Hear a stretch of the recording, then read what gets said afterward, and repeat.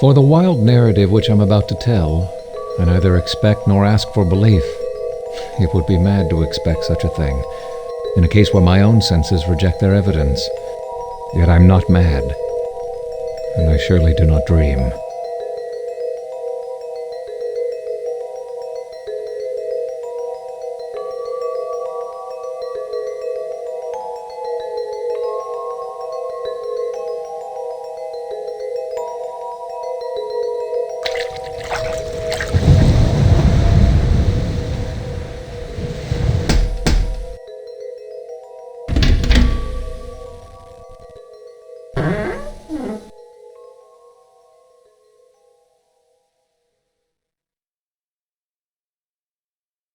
I suppose you're the young master Mr. Aldwych waits for.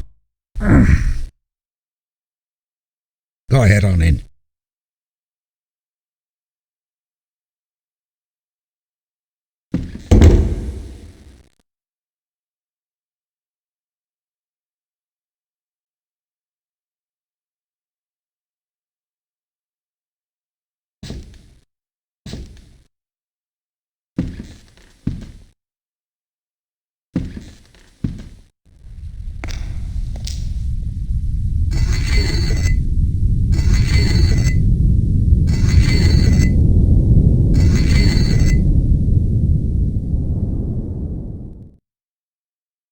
Keep out of the cellar.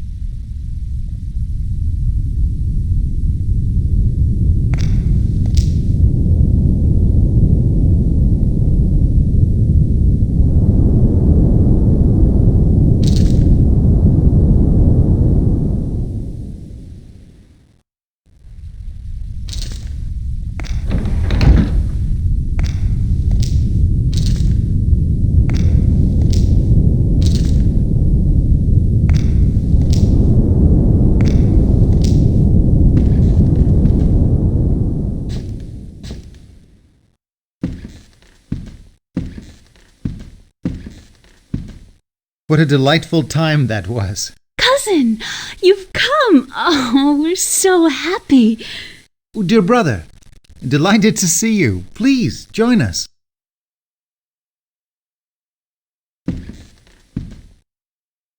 Henry has just been relating his adventures to me. He's been everywhere.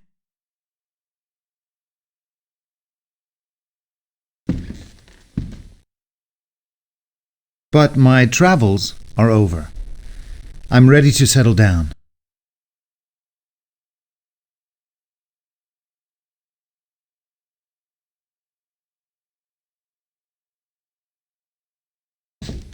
Oh, you must say hello to Uncle Edwin. He's down working in his studio.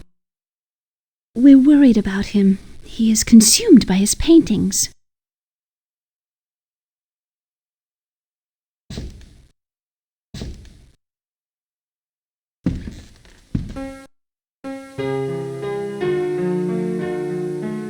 You play so beautifully.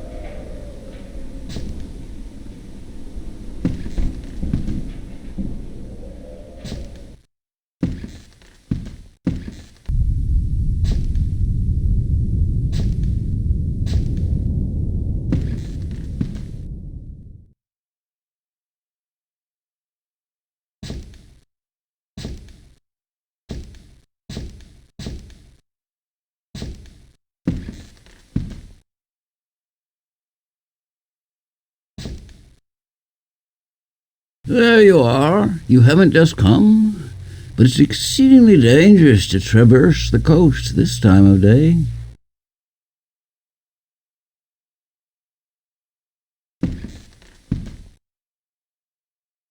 I'm so glad you came. I find that the pleasant company of my relations calms my nerves.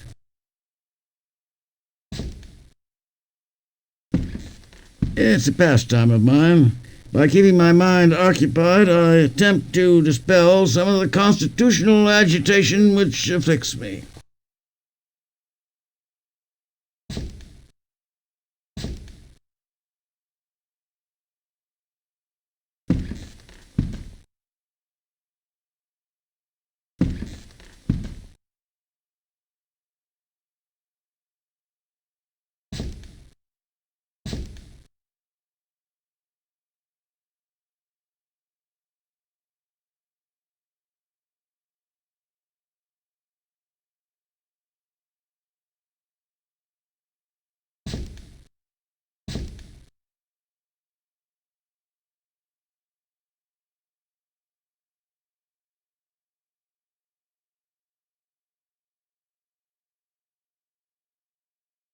Careful.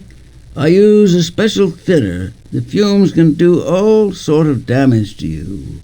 A painter I knew fairly went mad from it. Poor soul. He scratched out his own eyes in a fit of frenzy. His own eyes!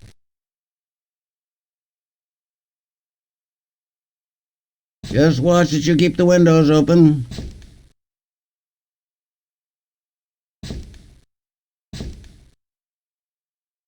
I have a surprise. Your brother Henry is here.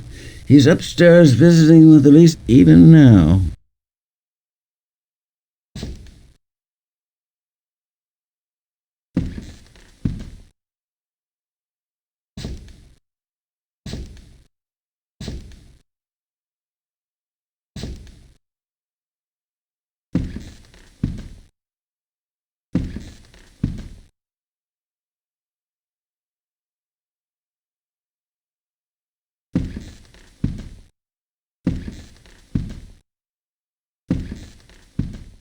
What a delightful time that was. Cousin, you've come. Oh, we're so happy. Oh, dear brother, delighted to see you. Please, join us.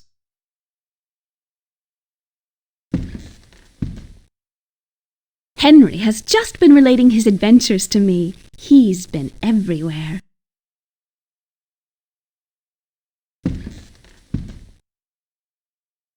But my travels are over. I'm ready to settle down.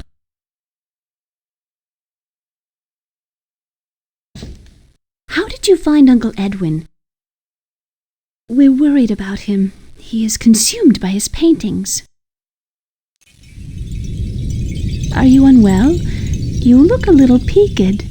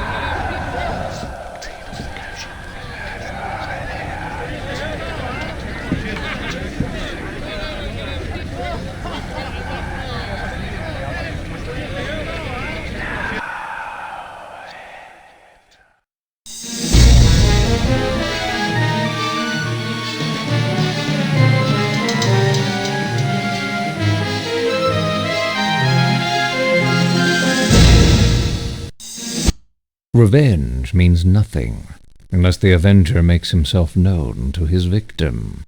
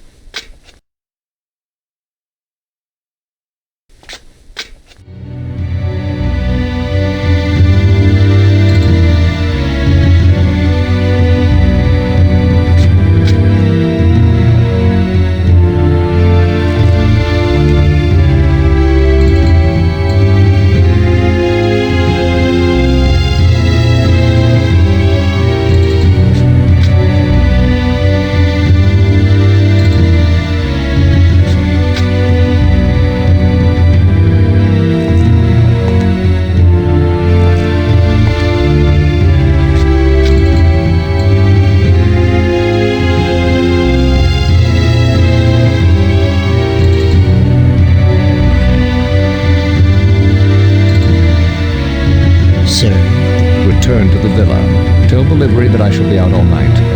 They are forbidden to leave the house. Yes, sir. Immediately, sir.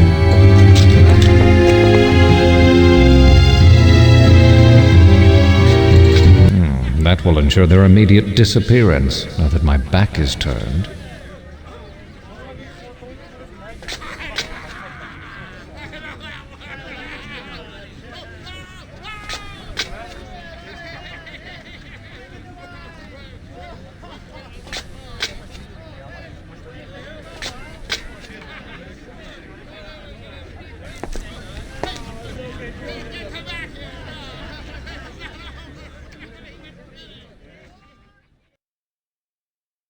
Excuse me, sir. I'm attendant upon Signora Fortunato. She's searching for her husband. Have you seen him? Oh, I'm certain I saw him some streets from here, over on the other side of the square, engaged in a business discussion. Thank you, sir.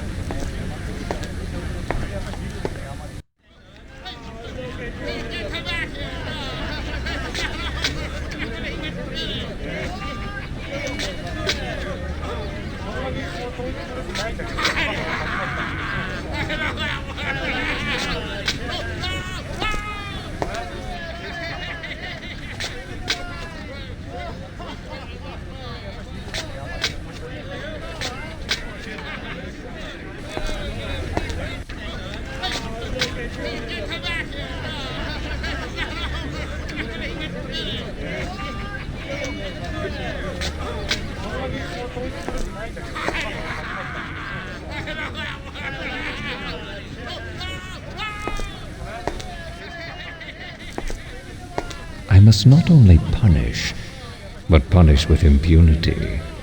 It is a poor vengeance that also harms the revenger.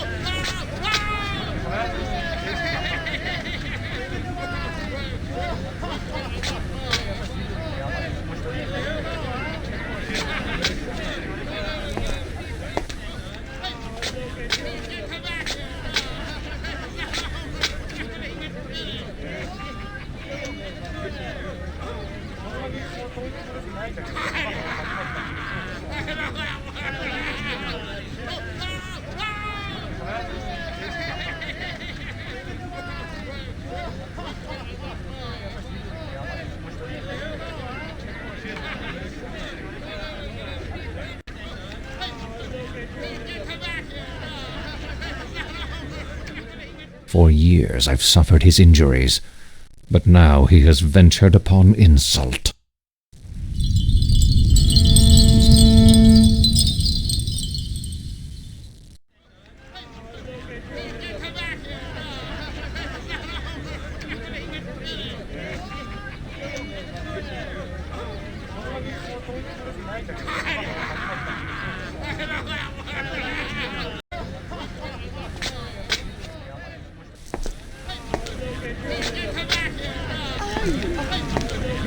Marvelous.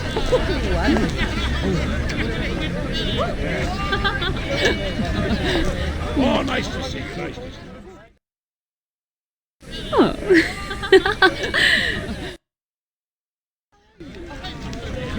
Marvelous.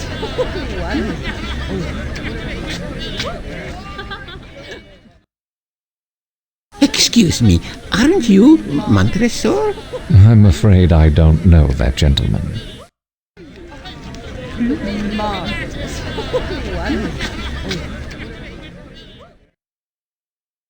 Oh.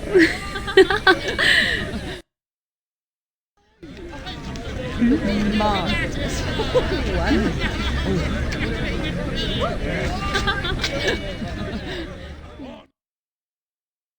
Who's that? No one, Signora. No one at all. Marvelous.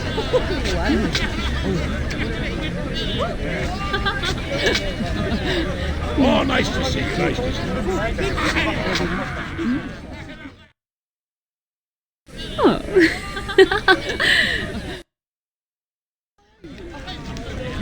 Marvelous.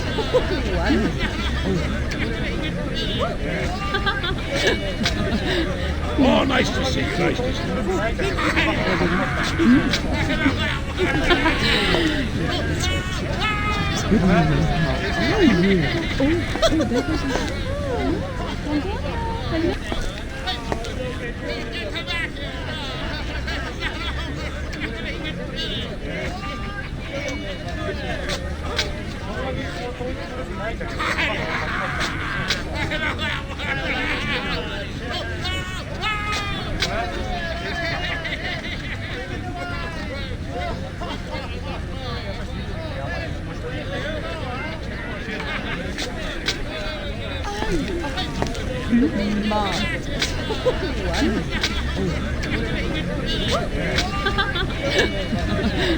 Oh, nice to see you. Nice to see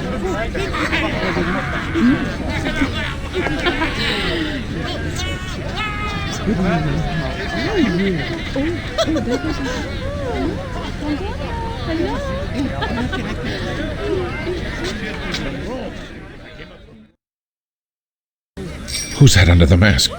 Why, it's Montresor. Fortunato. What a surprise. Marvelous. My dear Fortunato, I wonder if you could help me. I've bought a small cask of what passes for Amontillado, but I have my doubts. Amontillado? But I have my doubts. Marvelous.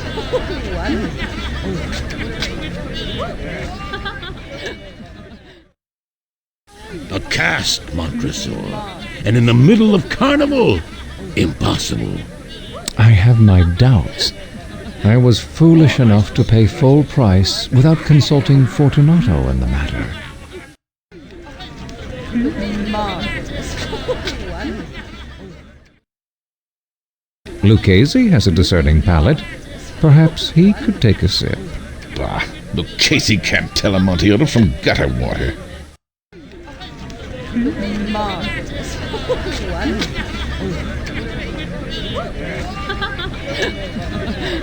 Oh, nice to see you. Nice to see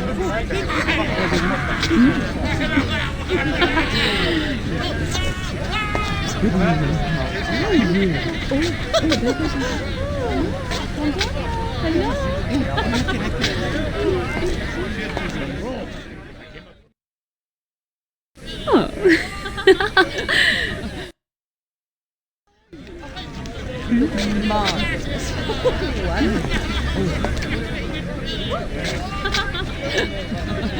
Let's go.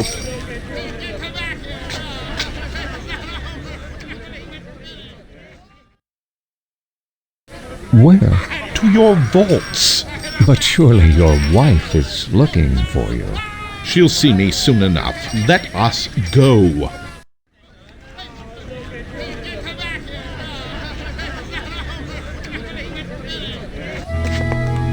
The streets grow dangerous at this hour. We will soon arrive at the safety of my villa.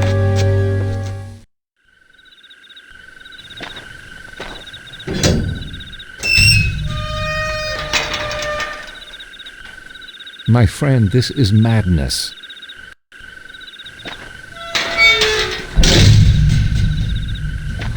You are afflicted with a severe cold. The vaults are insufferably damp. They are encrusted with nitre. Let us return. I'll consult Lucchese. The cold is nothing. Lucchese is an ignoramus. This way.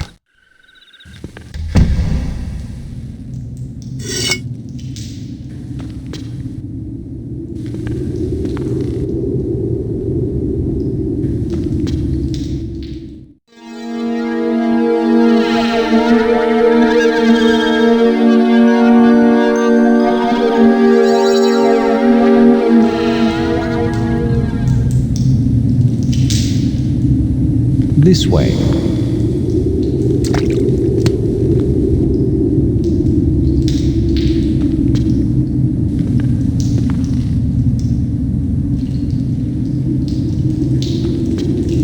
Along here.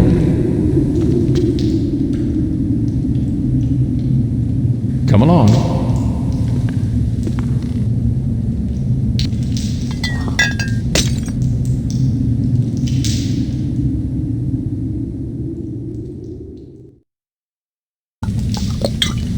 Enjoy. It will still the cough.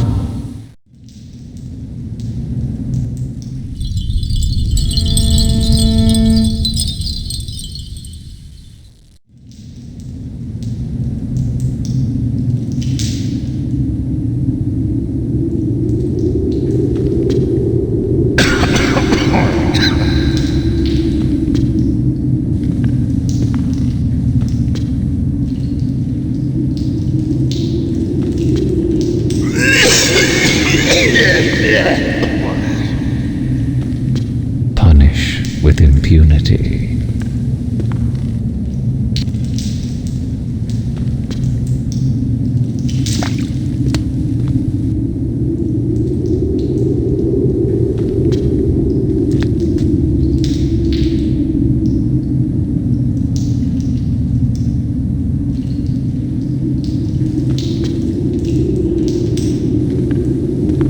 Careful through here.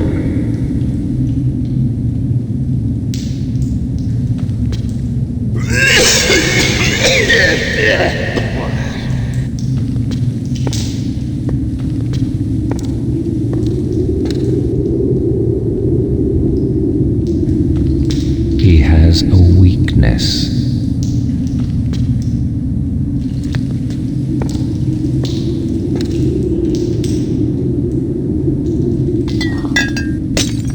A draught of medoc will keep us from the damps.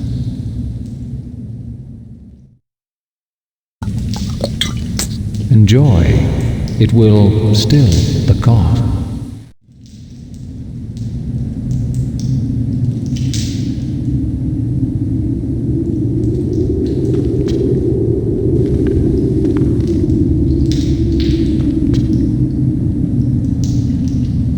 This way.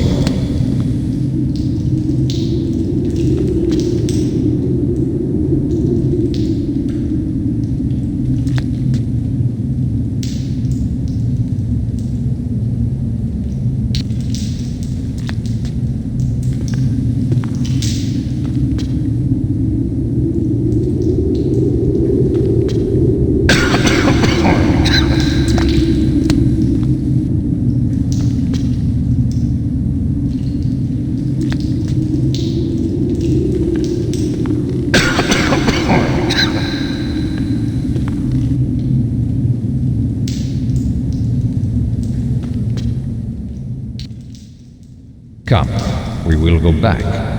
Your health is precious. You are rich, respected, admired, beloved. You are happy, as I once was. You are a man to be missed. For me, it's no matter. Cough is nothing. It won't kill me. I won't die of a cough. True, true. Along here.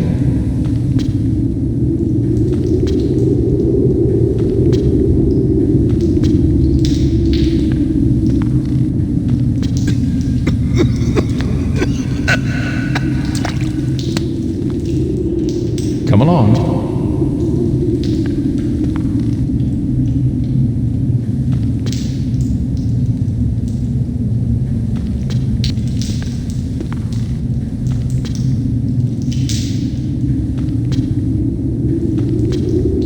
Careful through here.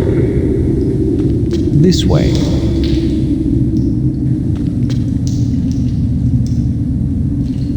Punish with impunity.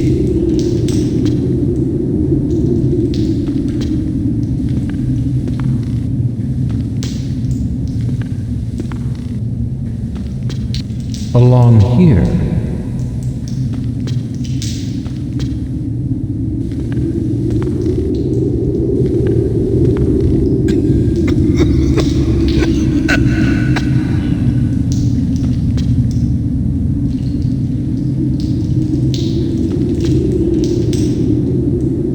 along.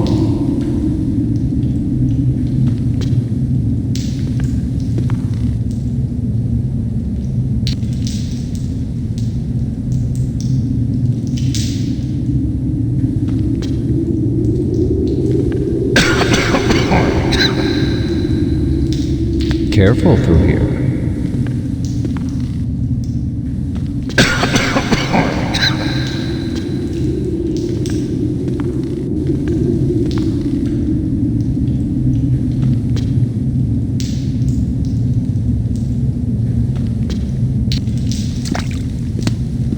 This way. One wants to take it slowly.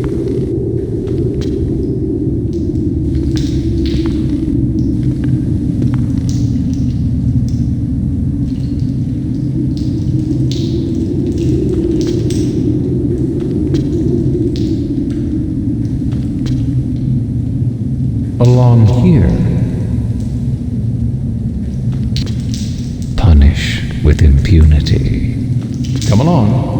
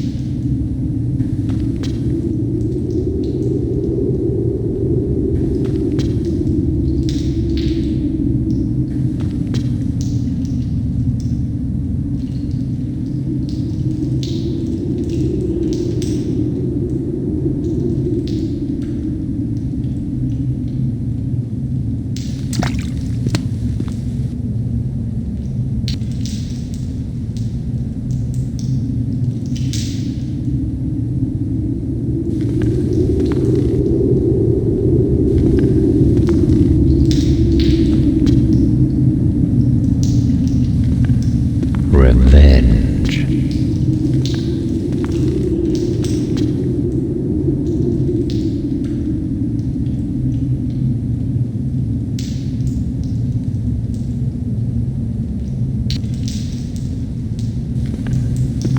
This way.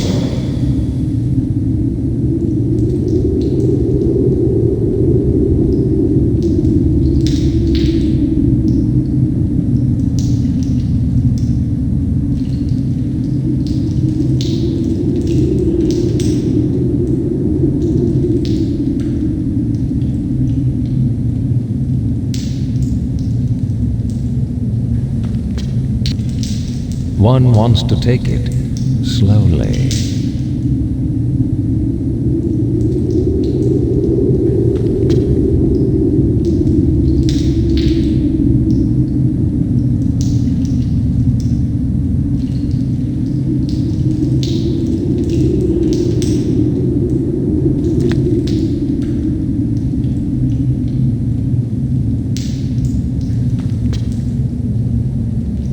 Along here.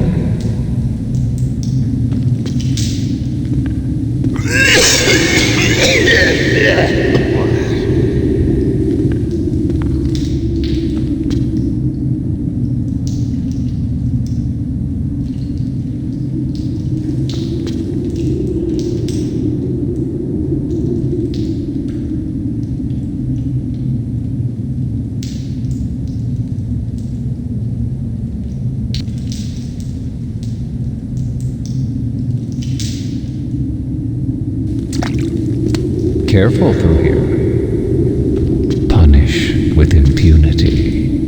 This way.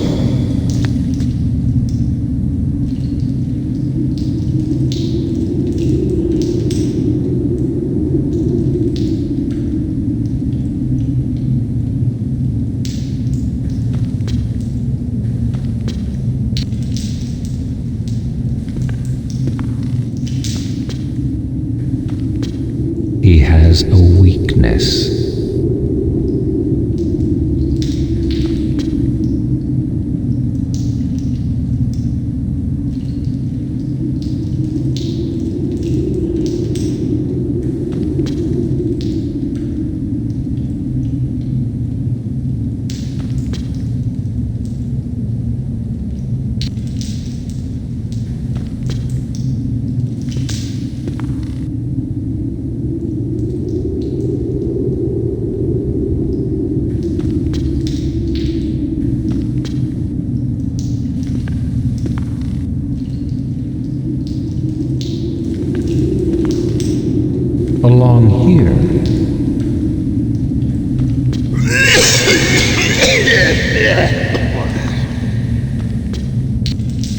Revenge.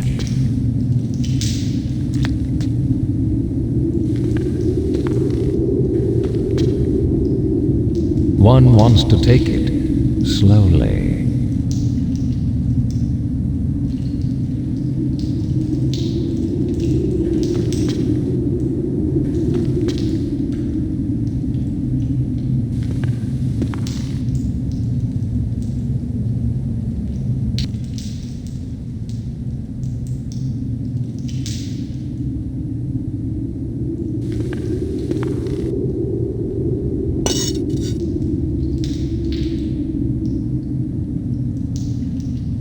Therein lies the Amontillado. The Amontillado.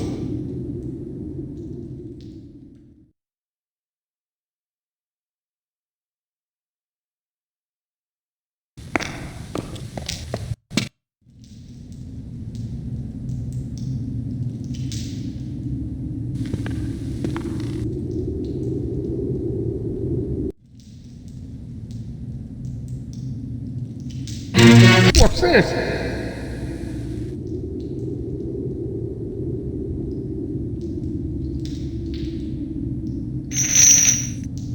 It is very damp here.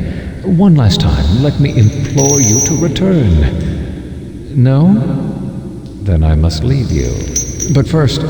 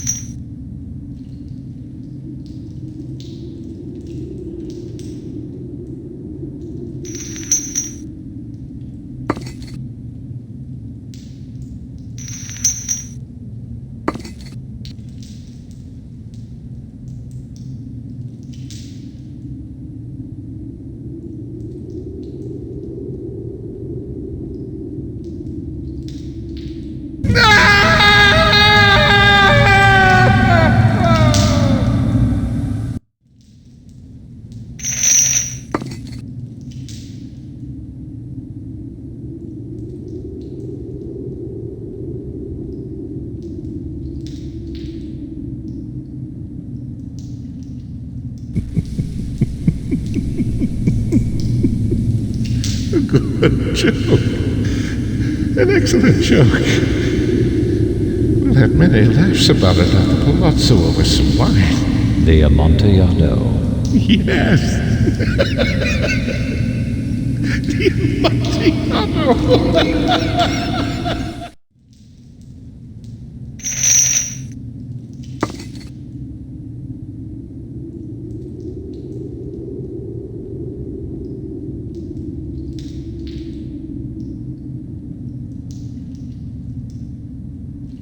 It's getting late. My wife will be looking for me. Let us be gone. Yes, let us be gone.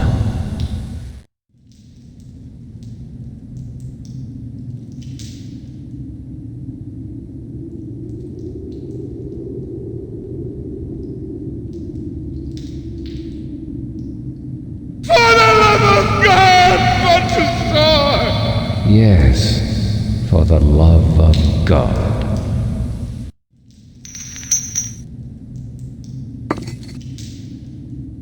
Fortunato.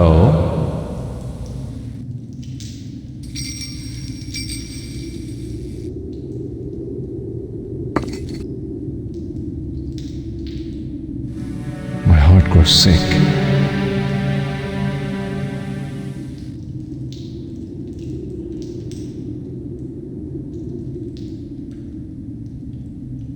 It's due to the dampness.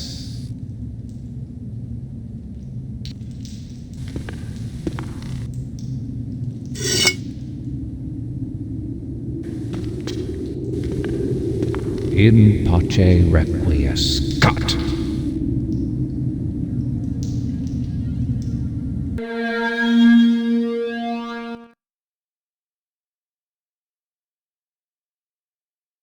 It must have been a dream.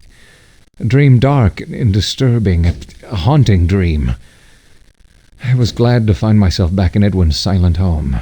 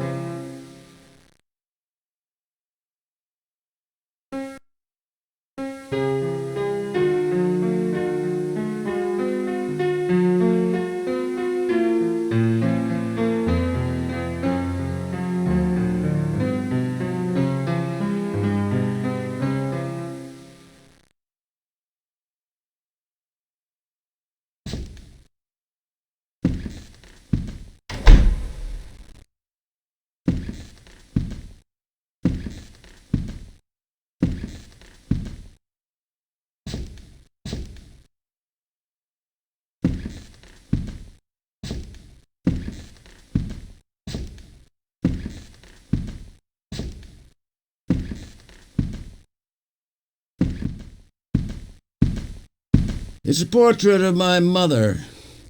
She died when I was quite young. God rest her soul. I suppose you might say she resembles Elise. Something about the eye.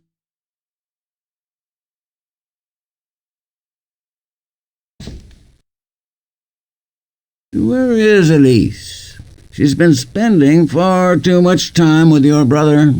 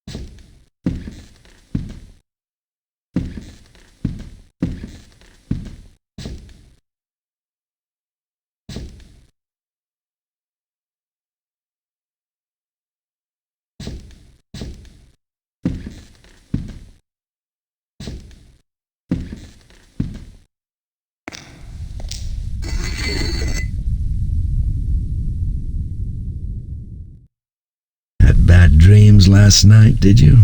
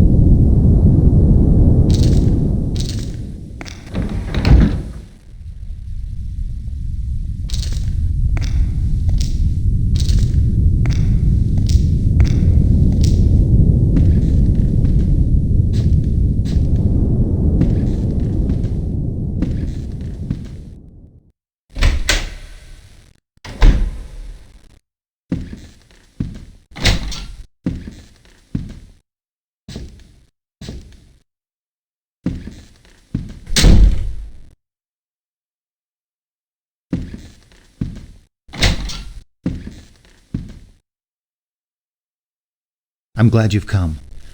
I have determined to ask Elise's hand. I know it's foolish, but my heart pounds so earnestly within. Surely you understand.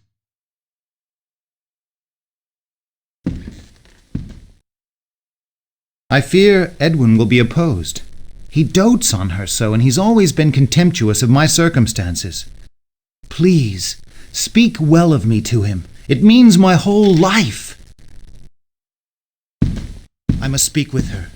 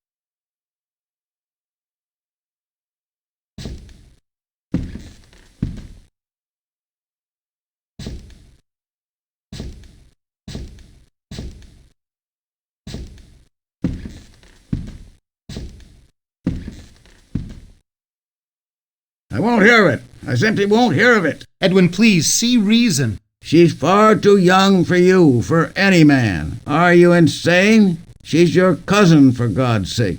What of her wishes? Elise is confined to her room, indefinitely.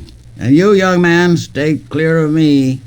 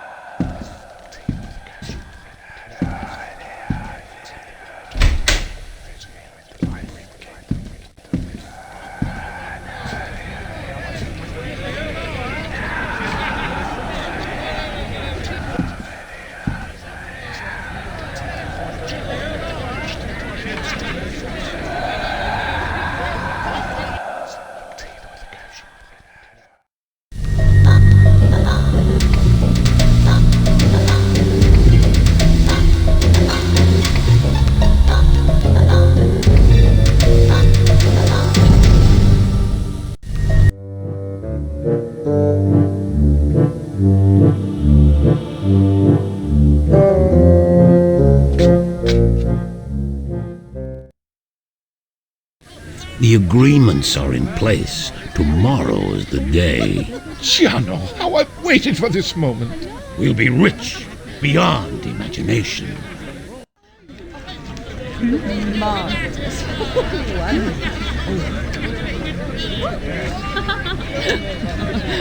Oh, nice to see you. Care for some wine? It's a lovely sauterne.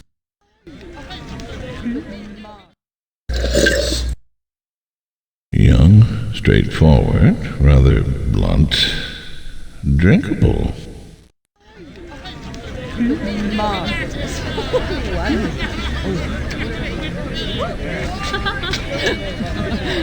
Oh, nice to see you. Nice to see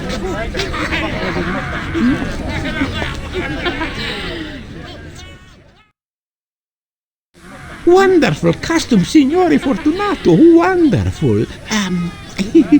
Can I get anything for you? It would be an honor. Anything at all. That medallion must be worth 1,000 florins. You must be cheating me. Marvelous.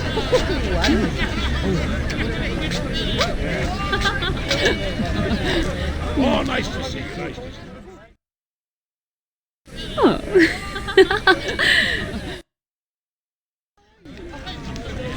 Marvelous.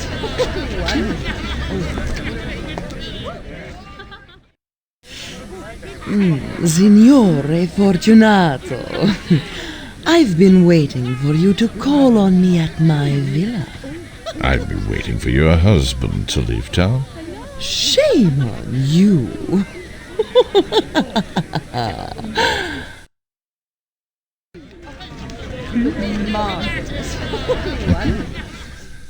I'd wager she could scratch on a storm. Nothing like a few welts to remind one of a night of passion.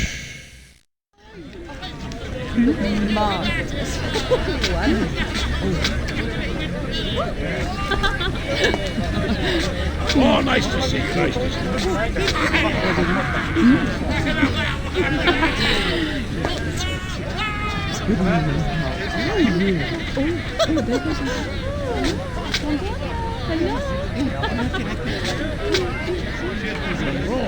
I came up from Rome.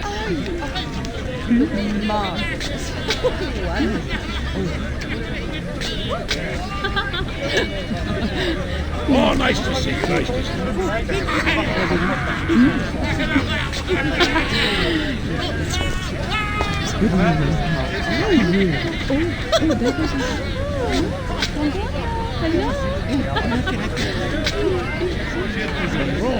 I came up from Rome. Oh.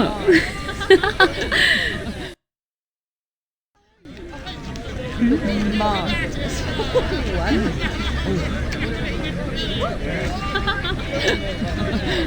Oh, nice to see you. Nice to see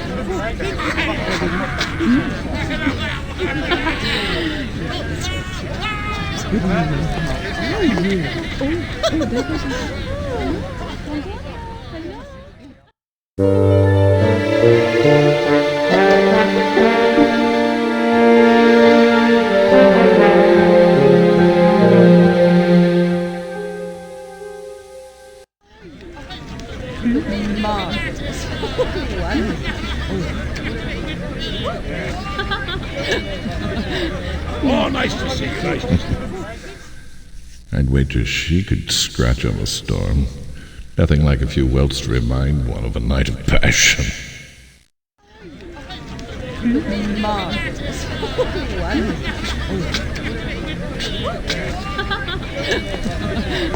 Oh, nice to see you. Nice to see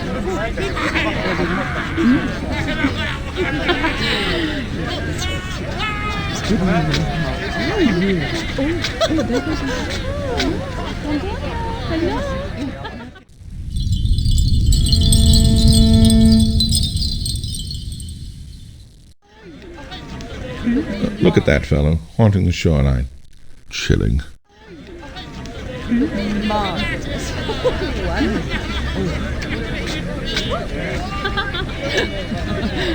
Oh, nice to see you. Nice to see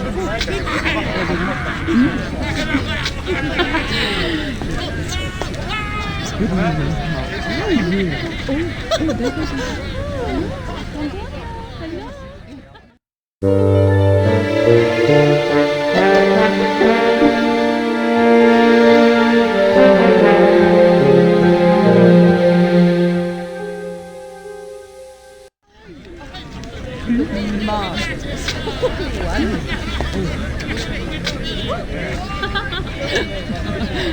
Oh, nice to see you. Nice to see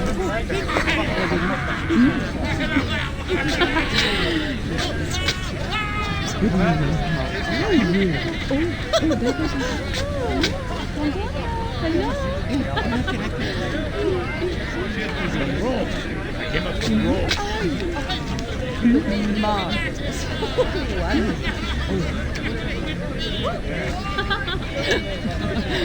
Oh, nice to see you. Nice to see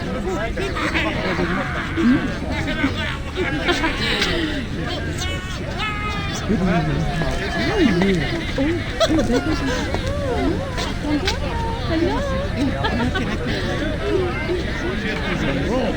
I came up from Rome. Marvelous.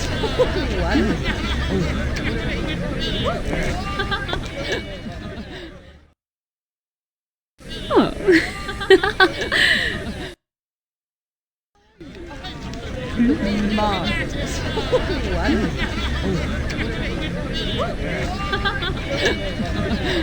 Oh, nice to see you. Nice to see Marvelous.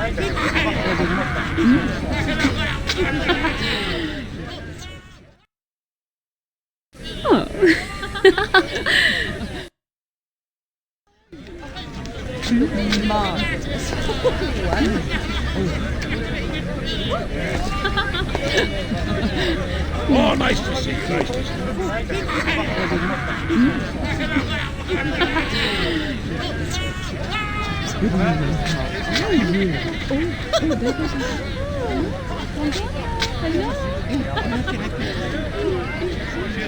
Rome. I came up from Rome.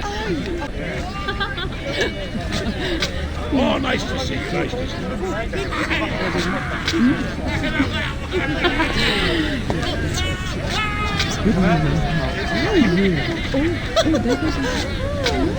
Looks a bit like Montresor. Whatever became of him? Didn't you two have some dealings? I suppose we did. Bit of a wet blanket, Montresor. Marvelous.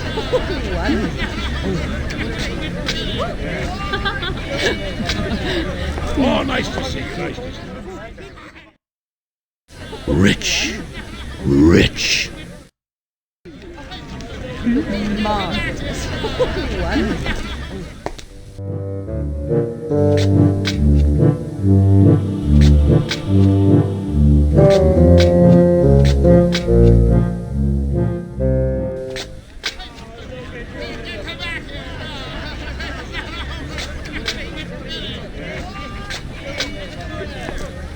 When will they clear the streets of these scoundrels?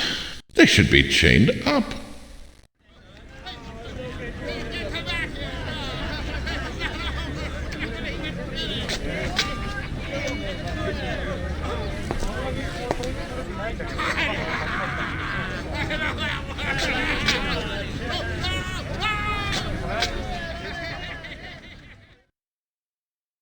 Who's that? Oh, Montresor, it's you. Fortunato, what a surprise. It's a lovely party, isn't it? My celebration has just begun.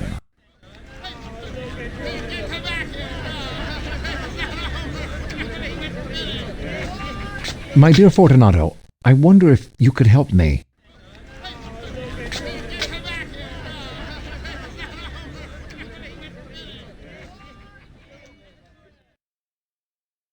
I've bought a small cask of what passes for Amontillado, but I have my doubts. Amontillado?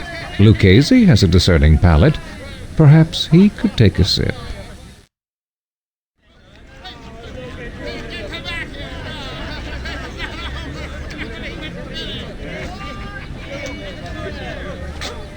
Ah, Lucchese can't tell Amontillado from gutter water.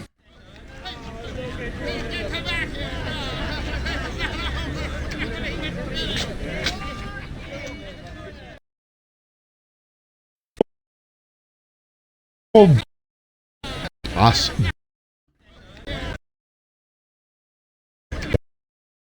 A cask. It's unheard of.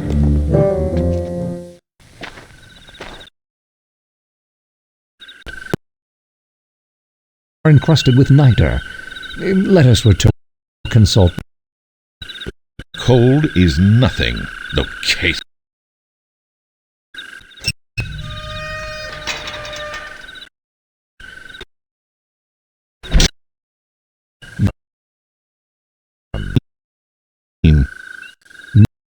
Haunt with impunity. Most unusual.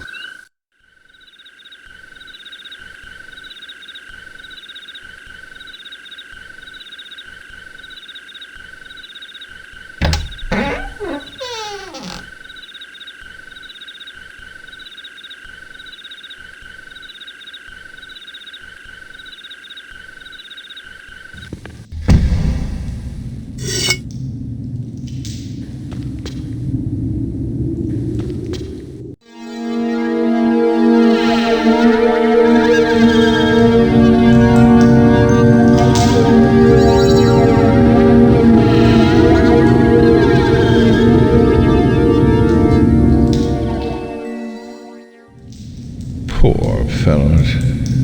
What a fate.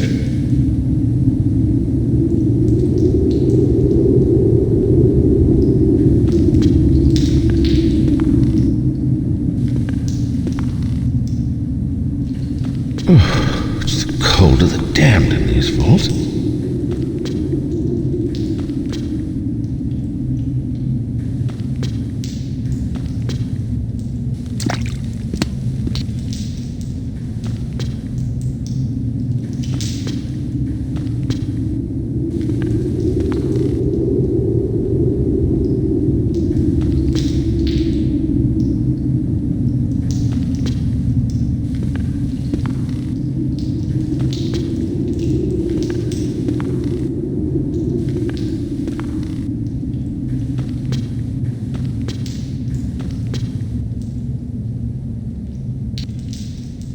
These vaults are extensive. The Montresors were a great and numerous family.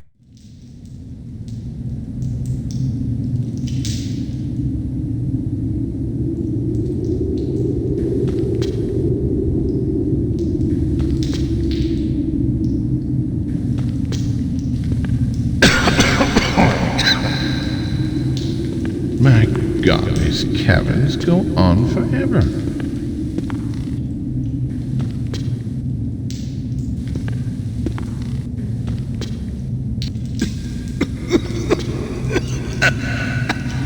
What's this? You're not a mason, are you?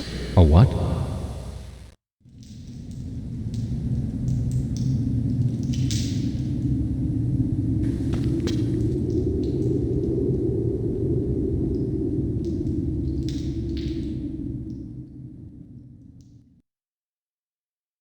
You?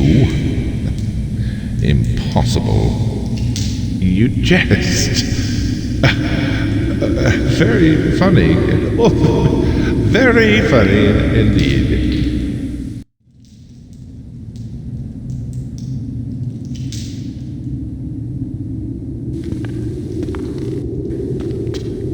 Therein lies the Amontillado.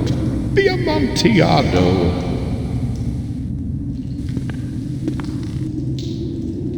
Pose your torch there.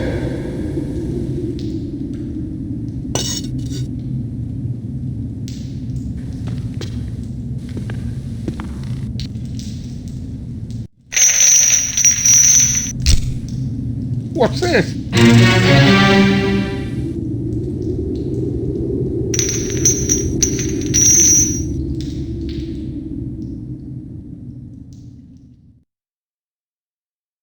It is very damp here. One last time, let me implore you to return. No? Well, then I must leave you. But first...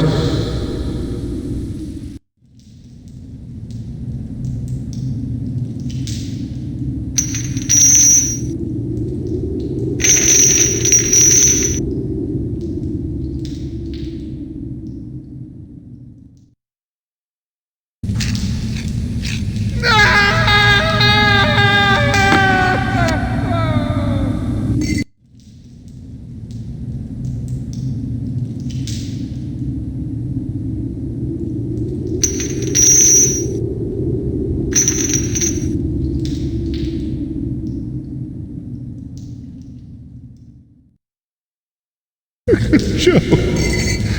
An excellent joke.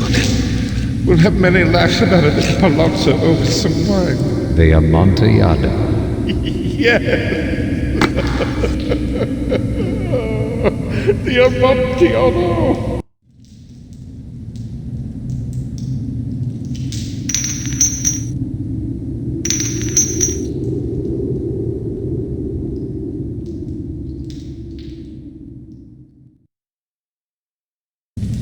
It's getting late. My wife will be looking for me. Let us be gone.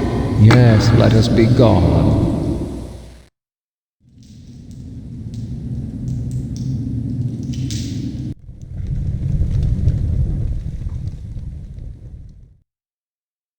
For the love of God, Montresor! Yes, for the love of God.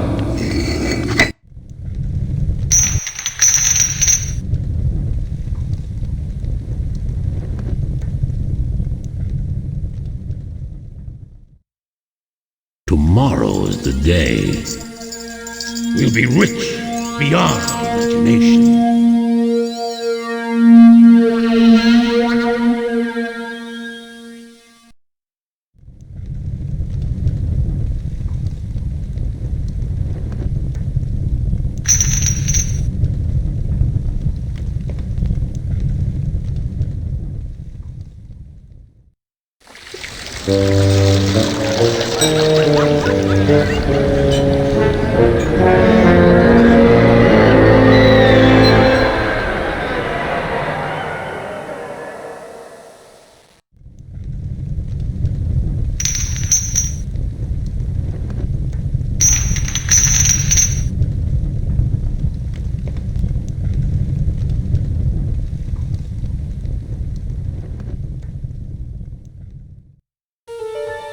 My husband will be away all next week.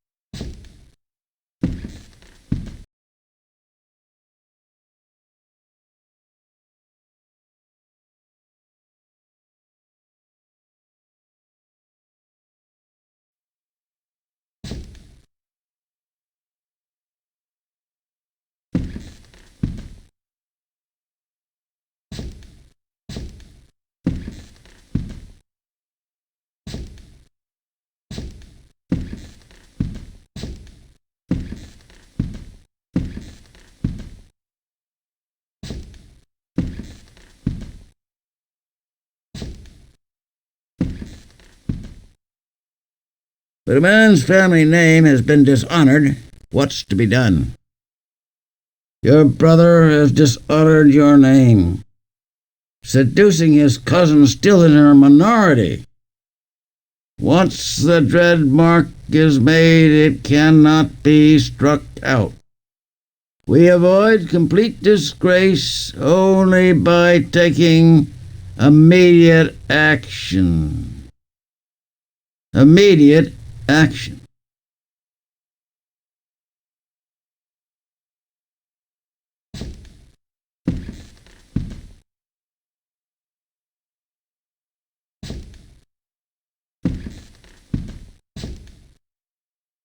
I've confined Elise to her rooms. You are not to help them communicate in any way.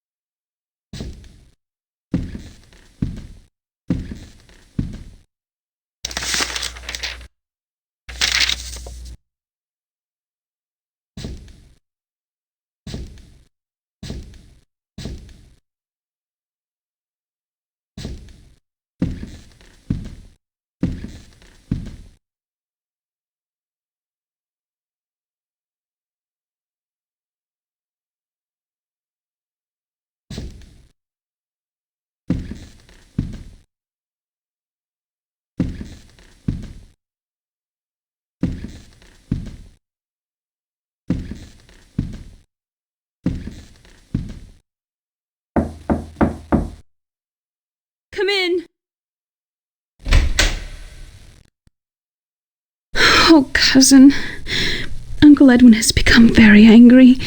He's forbidden me from even speaking to Henry. Render me a service, won't you? Will you please take this note to Henry? You mustn't tell Uncle. I shall be forever grateful.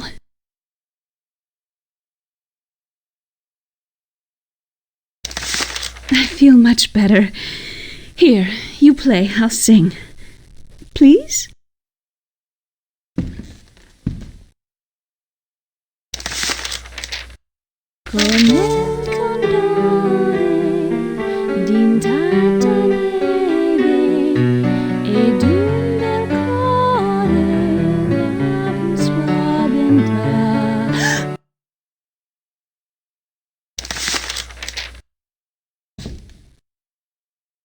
Oh my! Blood!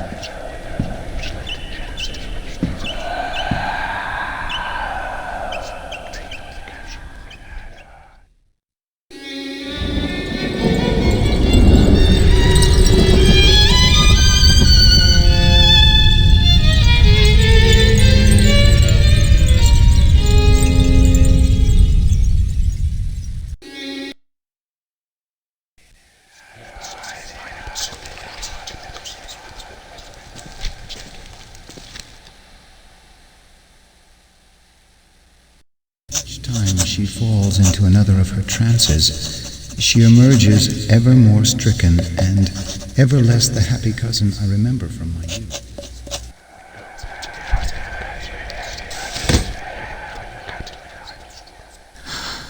Aegeus, look after Berenice.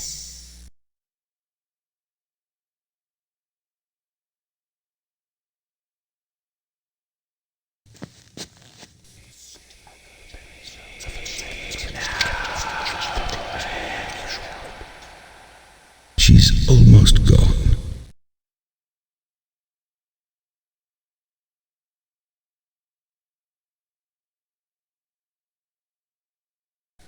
Quickly, young man. She's almost gone.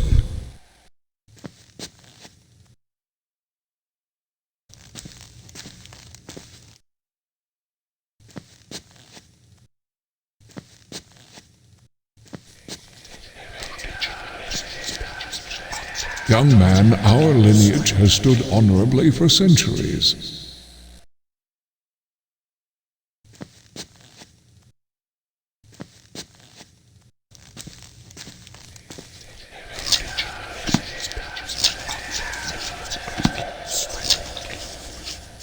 I will muse for long unwearied hours, with my attention riveted to some frivolous device in the margin of a book.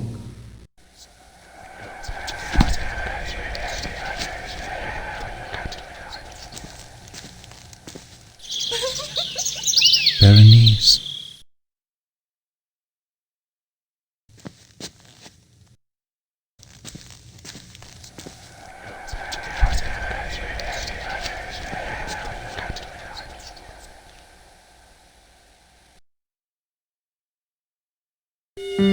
Or become absorbed for the better part of a day in a quaint shadow falling upon the floor.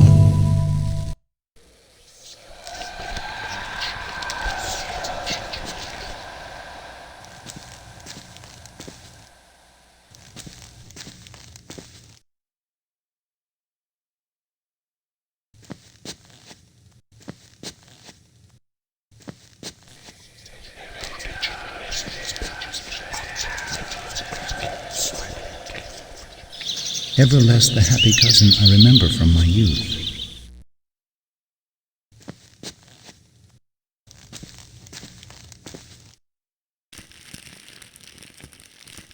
Her steady decline.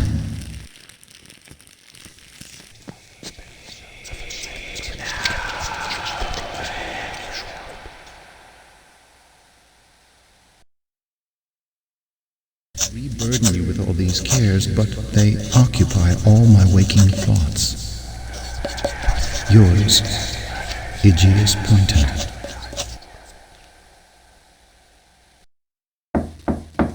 Come in. Cousin, you never leave this room. Come with me for a stroll.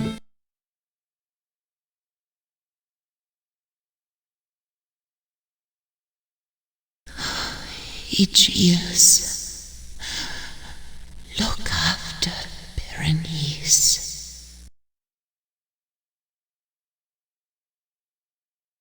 Aegeus, are you all right? Aegeus, look after Berenice. She has loved me.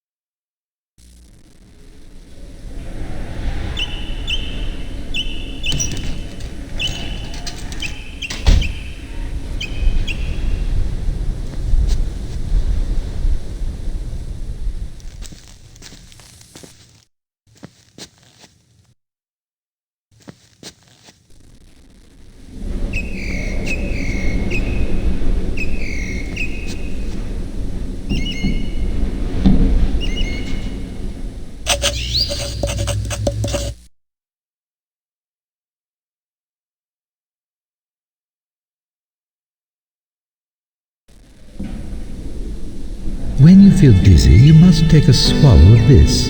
It will help mitigate the seizure. Also, I must counsel bed rest. Try to stay in as much as possible.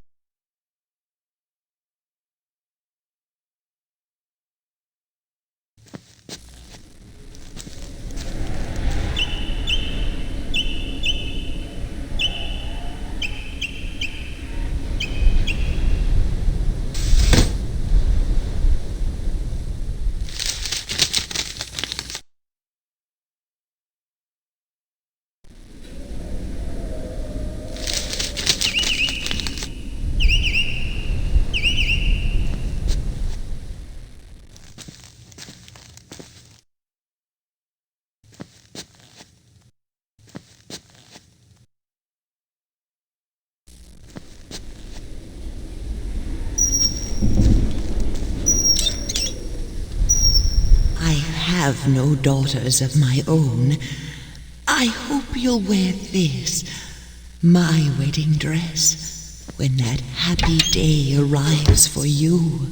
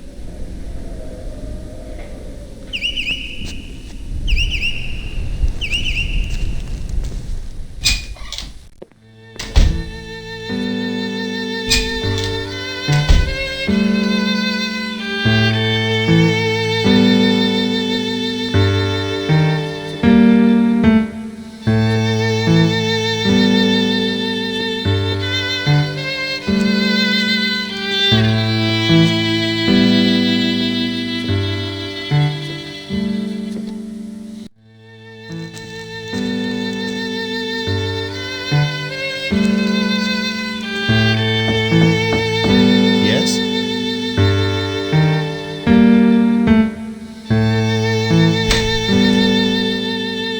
Cousin, you never leave this room. Come for a stroll.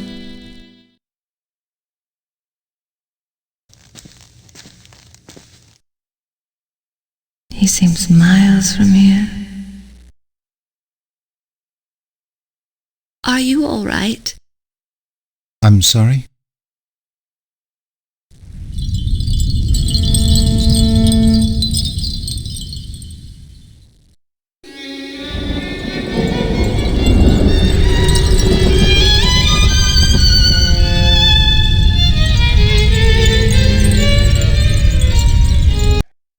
Come in? Cousin, you never leave this room. Come with me for a stroll.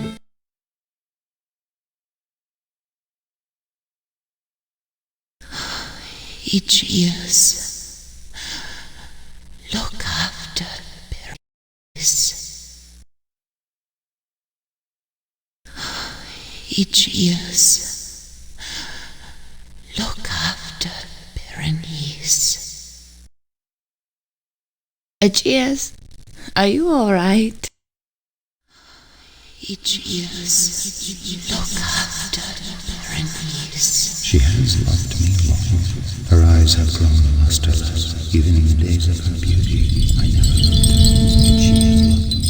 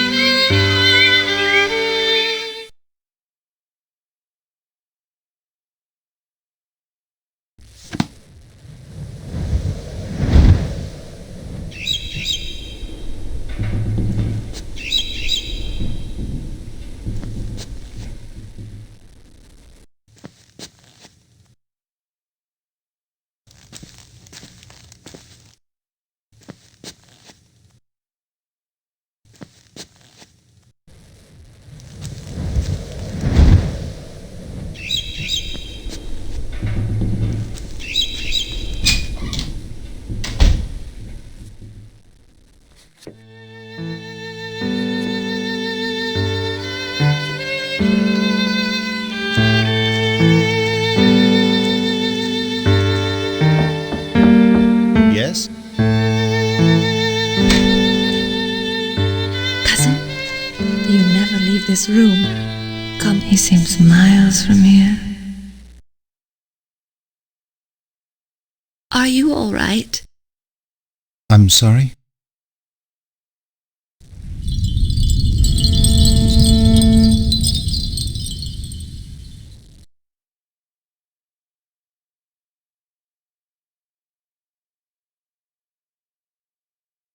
Berenice, will you marry me?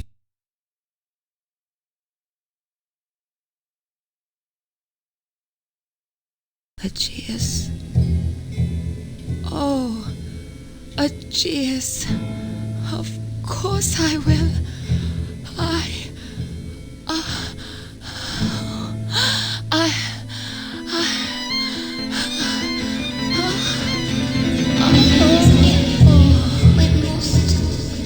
Fetch the doctor.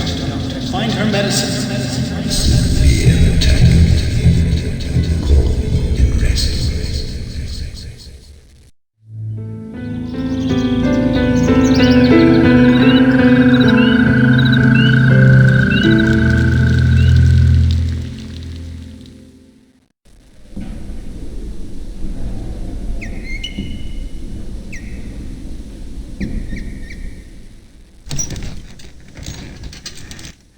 He's made me very happy.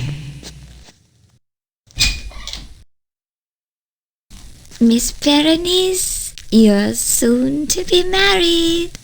Oh my, oh my. I hope he hasn't asked me out of pity.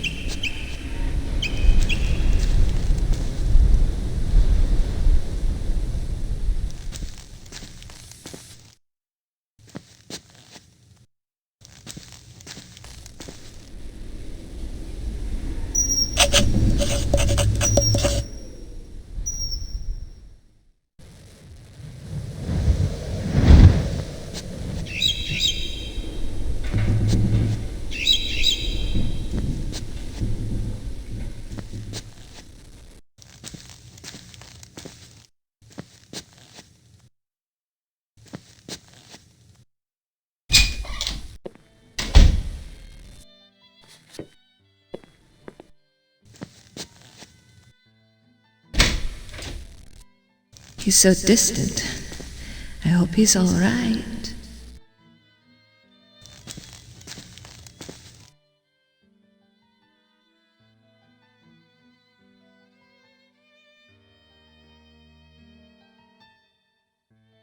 Aegeus? Huh?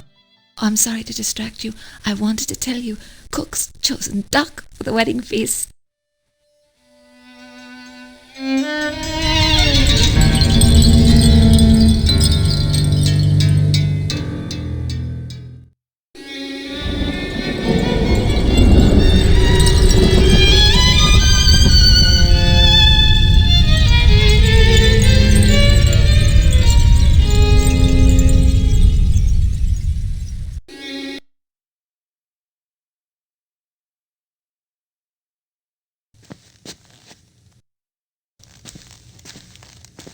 She's almost gone.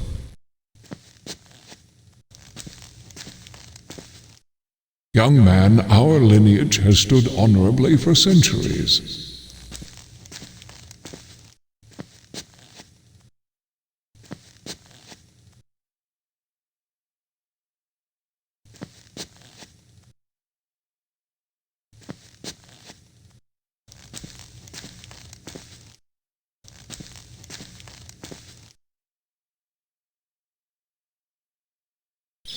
Ever less the happy cousin I remember from my youth.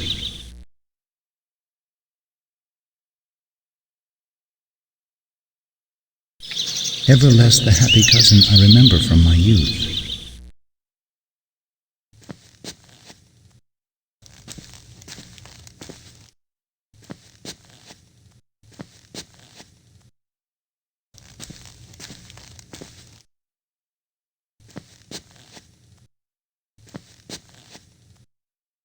Come in. Dearest Aegeus, the day is soon upon us.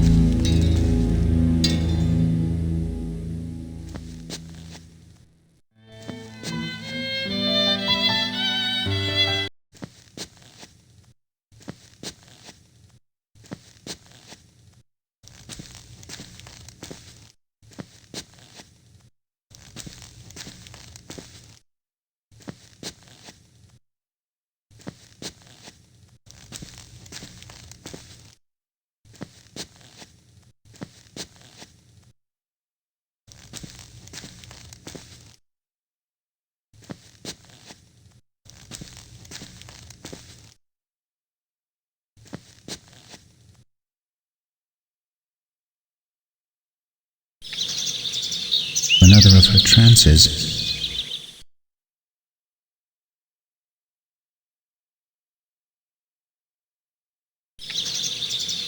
Another of her trances.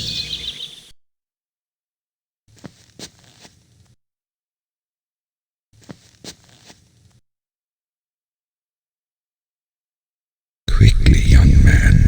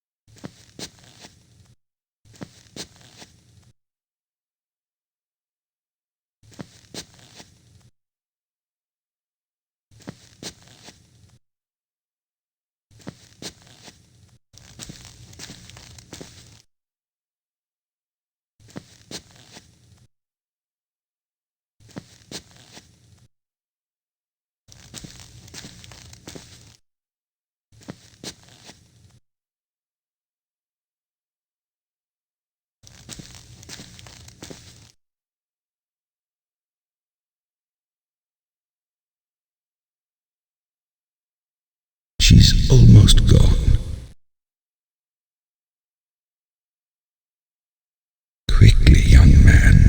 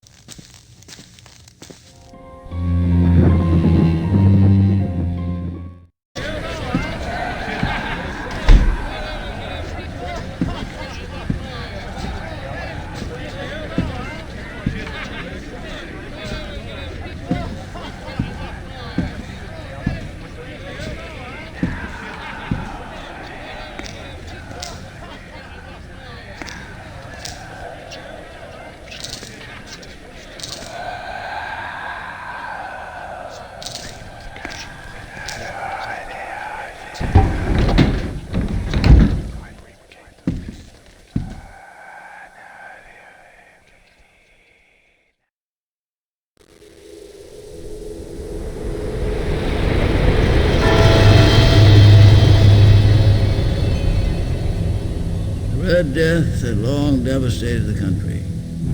No pestilence had ever been so fatal or so hideous. Blood was its avatar and its seal. The redness of the horror of blood. There were sharp pains and sudden dizziness, and then profuse bleeding at the pores. The scarlet stains upon the body, and especially upon the face of the victim, were the pest bands which shut him out from the aid and sympathy of his fellow men. The old seizure, progress, and termination of the disease were the incidents of half an hour. But the Prince Prospero was happy and dauntless and sagacious. When his dominions were half depopulated, he summoned to his presence 1,000 hale and light-hearted friends from among the knights and dames of his court, and with these retired to the deep seclusion of his castellated abbey. This was an extensive and magnificent structure, the creation of the prince's own eccentric yet august taste. A strong and lofty wall girdled it in. This wall had gates of iron. The courtiers, having entered, brought furnaces and massy hammers and welded the bolts. They resolved to leave means neither of ingress nor egress to the sudden impulses of despair or frenzy from within. The abbey was amply provisioned. With such precautions, the courtiers might bid defiance to contagion. The external world could take care of itself. In the meantime, it was folly to grieve or to think. The prince had provided all the appliances of pleasure. There were buffoons, there were improvisatori, there were ballet dancers, there were musicians, there was beauty, there was wine. All these and security were within. Without was the Red Death. It was toward the close of the 5th or 6th month of his seclusion, and while the pestilence raged most furiously abroad, that the Prince Prospero entertained his 1,000 friends at a masked ball of the most unusual magnificence. It was a voluptuous scene, this masquerade. But first let me tell you of the rooms in which it was held. There were 7. In the middle of each, a tall and narrow Gothic window looked down upon the closed corridor, which pursued the windings of the suite. These windows were of stained glass, whose color varied in accordance with the prevailing hue of the decorations of the chamber into which it opened. That at the eastern extremity was hung, for example, in blue, and vividly blue were its windows. The second chamber was purple in its ornaments and tapestries, and here the panes were purple. The third was green throughout, and so were the casements. The fourth was furnished and lighted with orange, the fifth with white, the sixth with violet. The 7th apartment was closely shrouded in black velvet tapestries that hung all over the ceiling and down the walls, falling in heavy folds upon a carpet of the same material and hue. But in this chamber only, the color of the windows failed to correspond with the decorations. The panes here were scarlet, a deep blood color. In the corridors that followed the suite, there stood, opposite to each window, a heavy tripod bearing a brazier of fire. This projected its rays through the tinted glass and so glaringly illumined the room. And thus were produced a multitude of gaudy and fantastic appearances. But in the western or black chamber, the effect of the firelight that streamed upon the dark hangings through the blood-tinted panes was ghastly in the extreme, and produced so wild a look upon the countenances of those who entered that there were few of the company bold enough to set foot within its precincts at all. It was in this apartment also that there stood against the western wall a gigantic clock of ebony. Its pendulum swung to and fro with a dull, heavy, monotonous clang. And when the minute hand made the circuit of the face, the hour was to be stricken, there came from the brazen lungs of the clock a sound which was clear and loud and deep, and exceedingly musical, but of so peculiar a note and emphasis that at each lapse of an hour the musicians of the orchestra were constrained to pause in their performance to hearken to the sound. And thus the waltzers perforce ceased their evolutions, and there was a brief disconcert of the whole company. And while the chimes of the clock yet rang, it was observed that the giddiest grew pale, and the more aged and sedate passed their hands over their brows, as if in confused reverie or meditation. But when the echoes had fully ceased, a light laughter at once pervaded the assembly. The musicians looked at each other and smiled, as if at their own nervousness and folly, and made whispering vows each to the other that the next chiming of the clock would produce in them no similar emotion. And then After the lapse of 60 minutes, there came yet another chiming of the clock, and there were the same disconcert and tremulousness and meditation as before. But in spite of these things, it was a magnificent revel. The tastes of the Duke were peculiar. He had a fine eye for color and effects. He disregarded the decor of mere fashion. His plans were bold and fiery, and his conception glowed with barbaric luster. There are some who would have thought him mad. His followers felt that he was not. It was necessary to hear and see and touch him to be sure that he was not. He had directed in great part the embellishments of the 7 chambers upon occasion of this great fete, and it was his guiding taste which had given character to the masqueraders. He's sure they were grotesque. There was much glare and glitter and piquancy and phantasm. There were arabesque figures with unsuited limbs and appointments. There were delirious fancies such as the madman fashions. There was much of the beautiful, much of the wanton, much of the bizarre, something of the terrible, and not a little of that which might have excited disgust. To and fro in the 7 chambers there stalked a multitude of dreams, and these, the dreams, right in and about, taking hue from the rooms, and causing the wild music of the orchestra to seem as the echo of their steps. Until at length there commenced the sounding of midnight upon the clock, and then the music ceased as I have told, and the evolutions of the waltzers were quieted, and there was an uneasy cessation of all things as before. But now there were 12 strokes to be sounded by the bell of the clock, and thus it happened, perhaps, that more of thought crept with more of time into the meditations of the thoughtful among those who reveled. And thus too it happened, perhaps, that before the last echoes of the last chime had utterly sunk into silence, that there were many individuals in the crowd who had found leisure to become aware of the presence of a masked figure. The rumor of the new presence having spread itself whisperingly round, there arose at length from the whole company a buzz or murmur expressive of disapprobation and surprise, then finally of terror, of horror, and of disgust.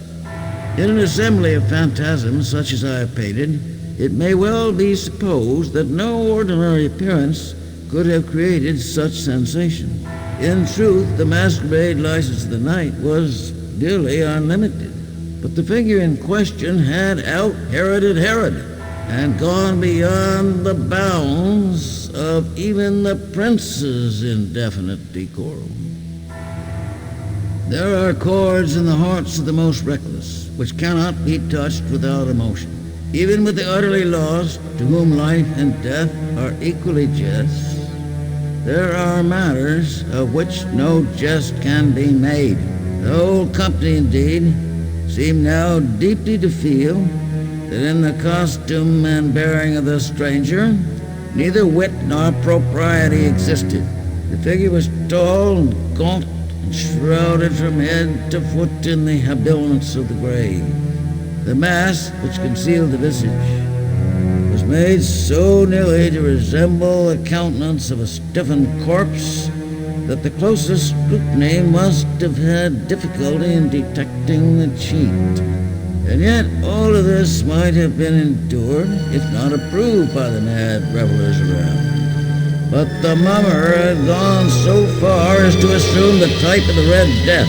His vesture was dabbled in blood, and his broad brow with all the features of his face was besprinkled with a scarlet horror. When the eyes of Prince Prospero fell upon this spectral image, which with a slow and solemn movement, as if more fully to sustain its role, stalked to and fro among the waltzers, he was seen to be convulsed with a strong shudder, either of terror or distaste, whereupon his brow reddened with rage.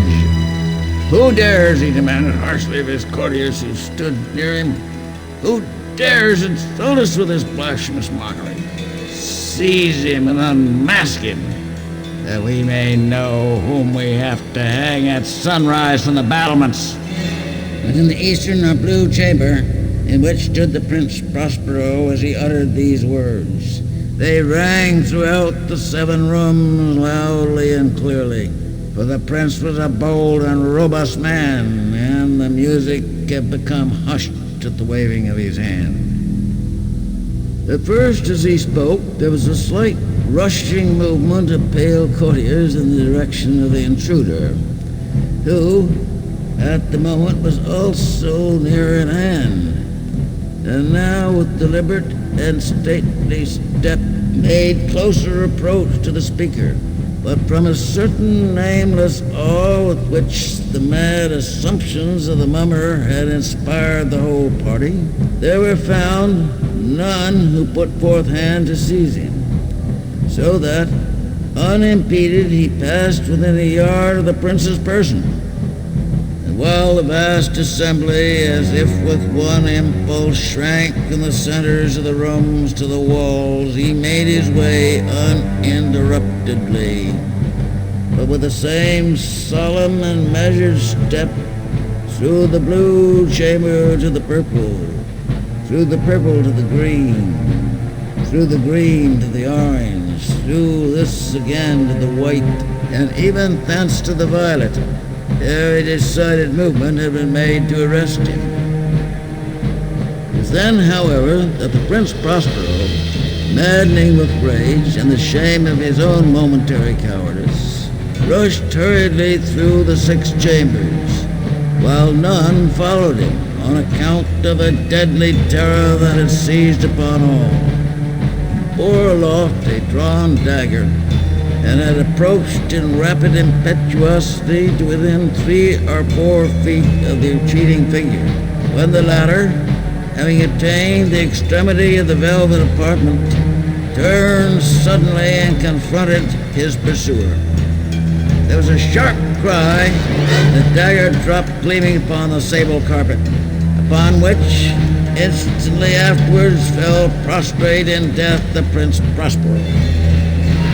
Then, summoning the wild courage of despair, a throng of the revelers at once threw themselves into the black apartment, and seizing the mummer, whose tall figure stood erect and motionless within the shadow of the ebony clock, gasped in unutterable horror at finding the grave cerements and the corpse-like mask, which they held with so violent a rudeness, untenanted by any tangible form.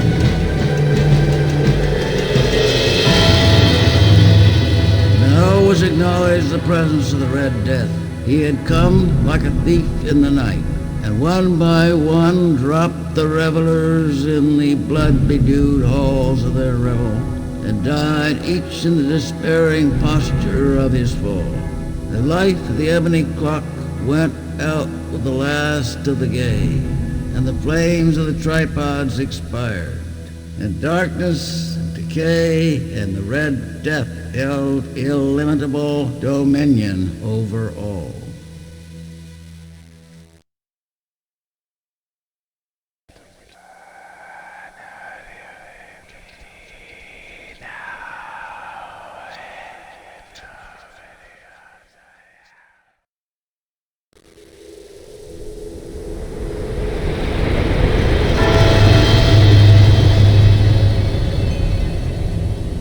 Red Death had long devastated the country.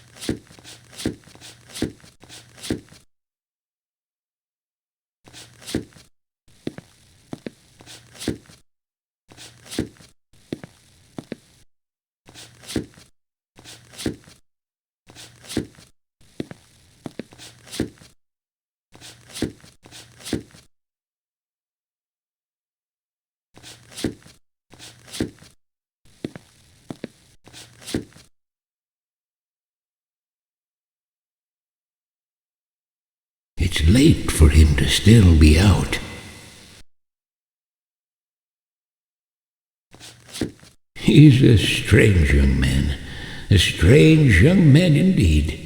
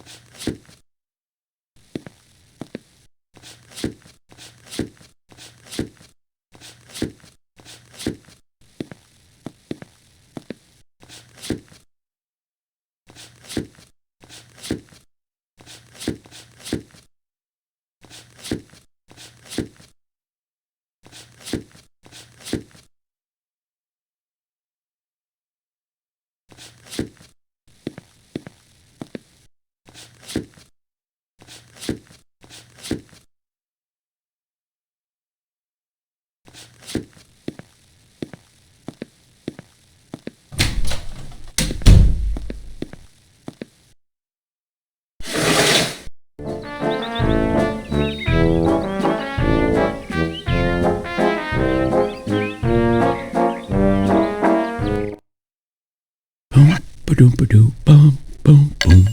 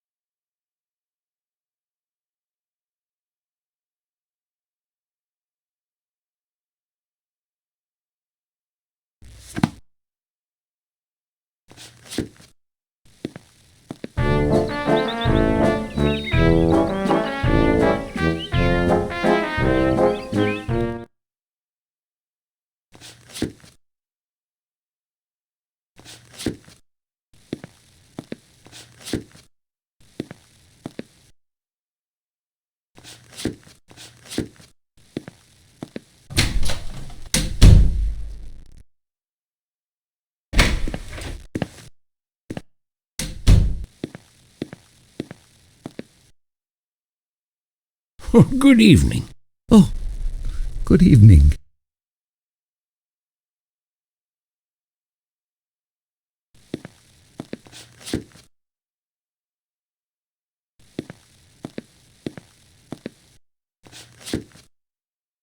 Is something troubling you?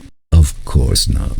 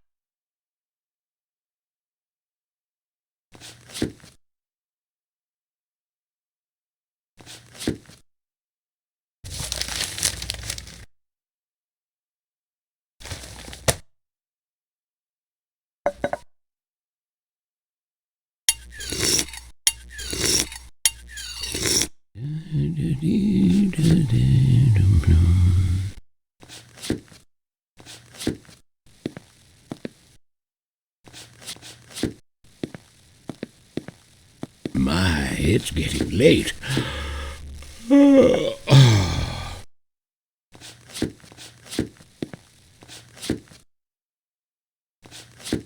Good night. Sleep well, old friend.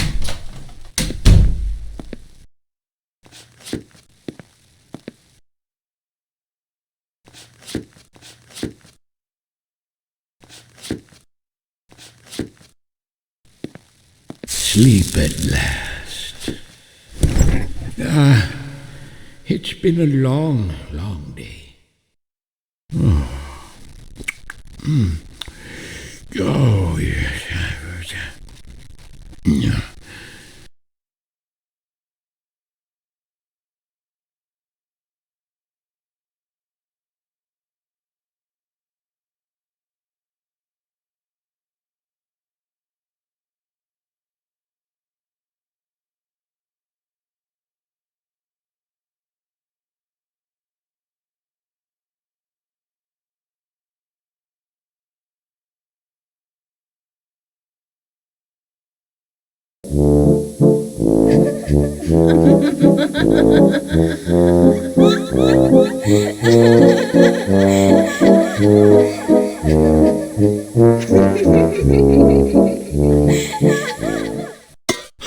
What?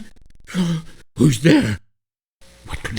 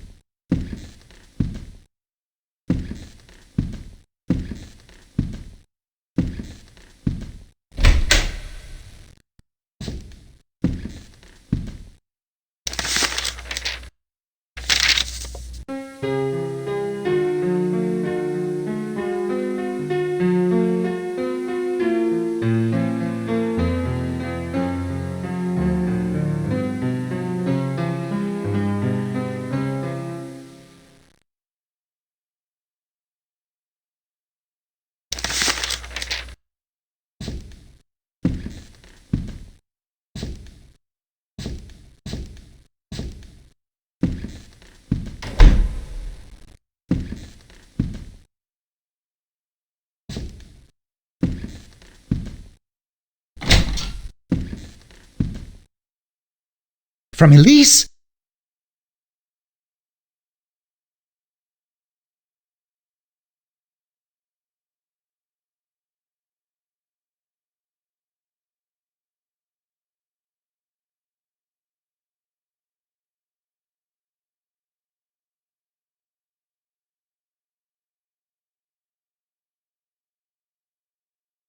Wait! I need your help.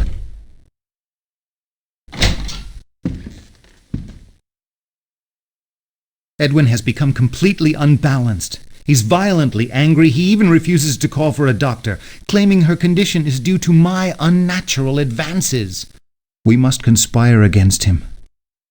We must take Elise from this dark place.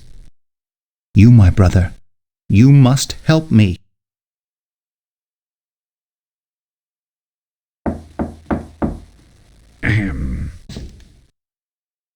The Mistress Elise is no more. She is dead.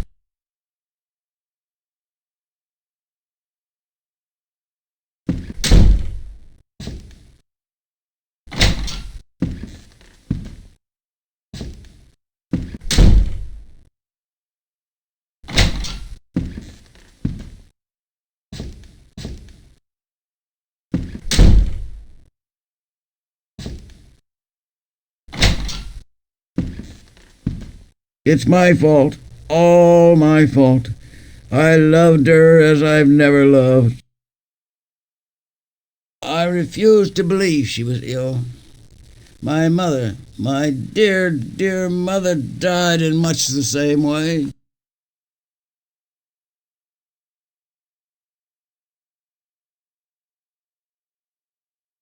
You discard the secret of Henry's proposal. It only blackens her memory that she should die under indecent circumstances. Cousin, there was nothing indecent about my affection. Surely my grief compares with yours. Please leave me to grieve properly. I ask only that you allow me to sit vigil just until dawn. Yes, it would be proper. Your brother will need light. Go fetch the lantern I was filling in my study.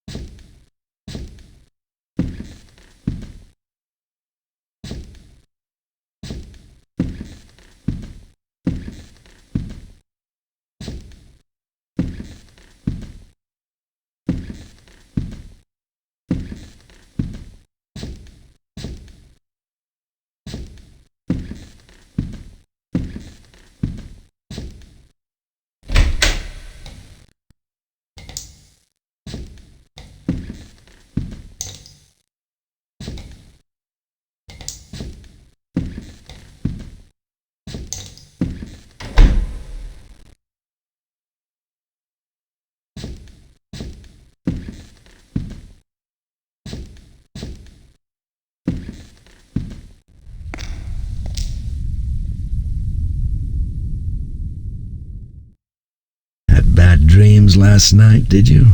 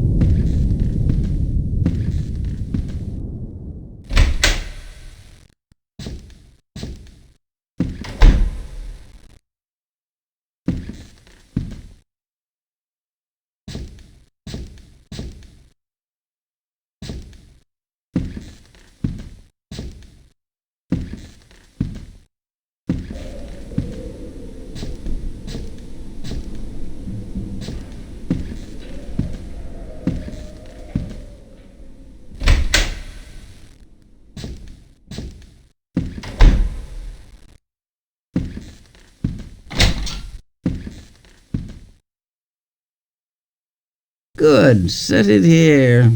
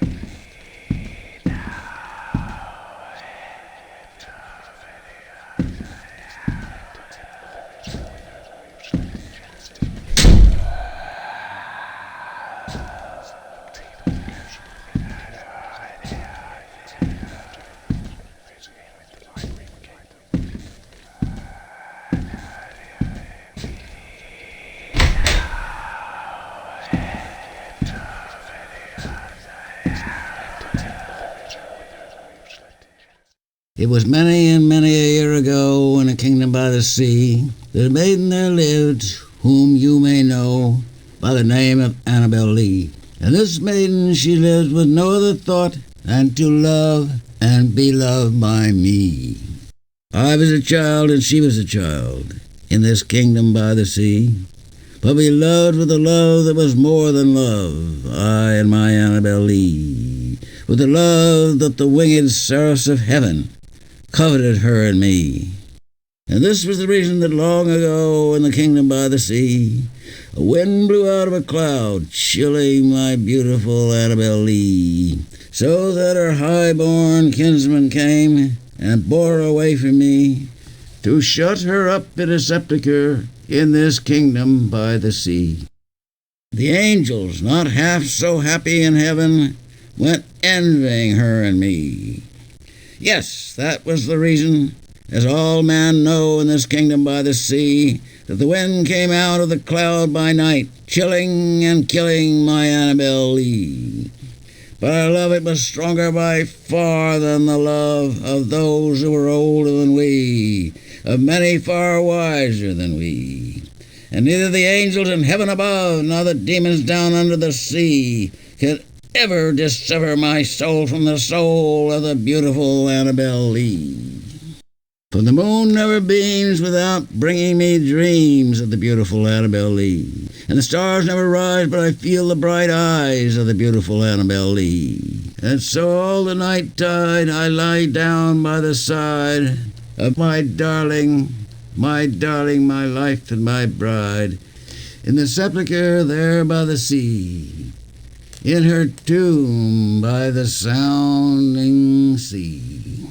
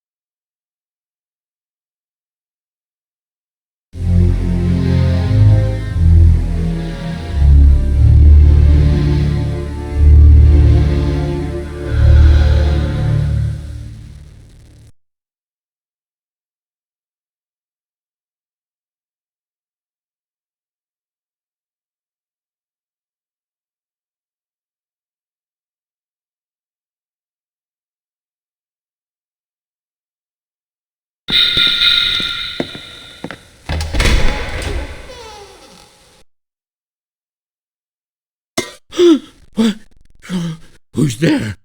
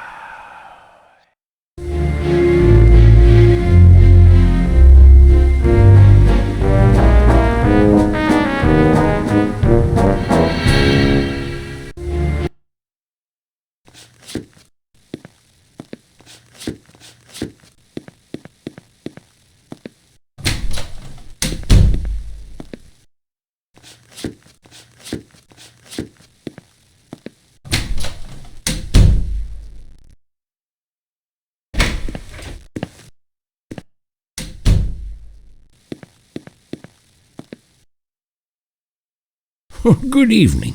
Oh, good evening.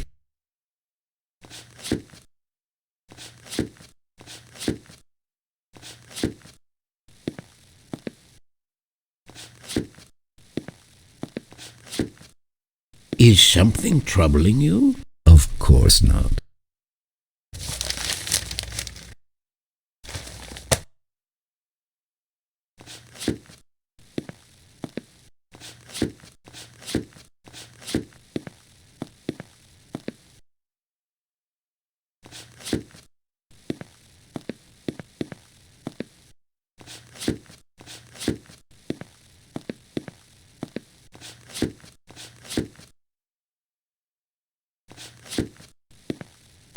My, it's getting late.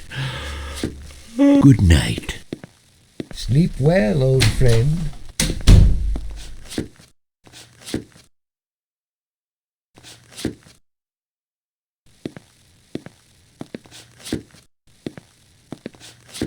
Sleep at last. It's been a long, long day. Oh, yes.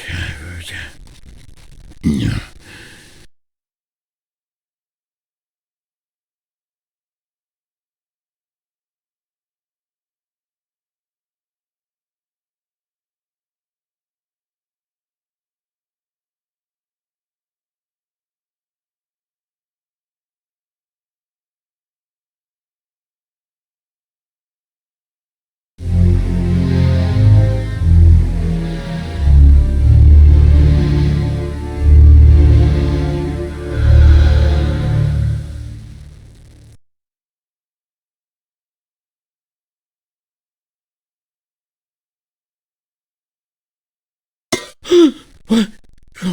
Who's there? What could it be? Someone? Who?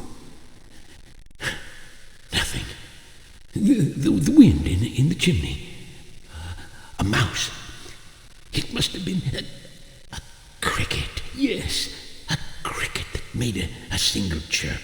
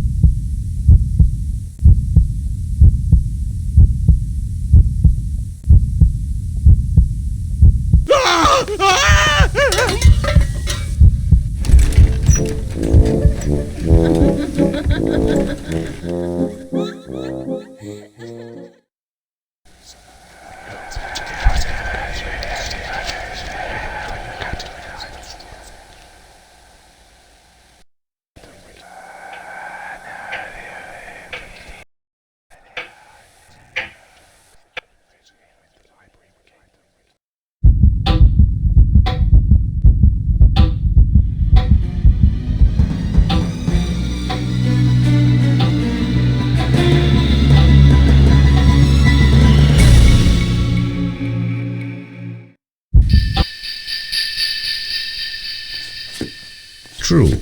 Nervous. Very, very dreadfully nervous I had been and am. But why do people say that I am mad?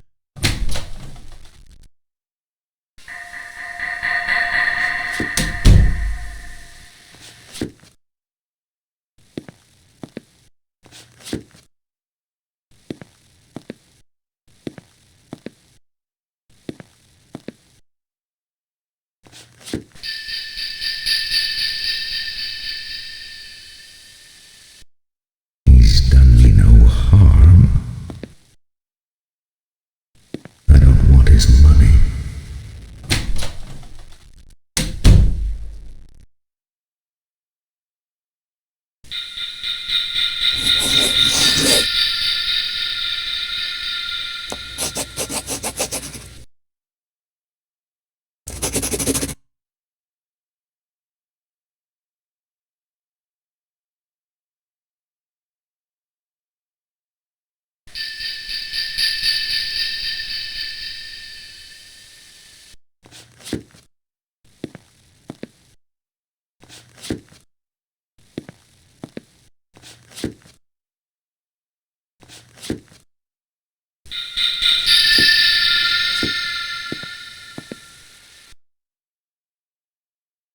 He's done me no harm.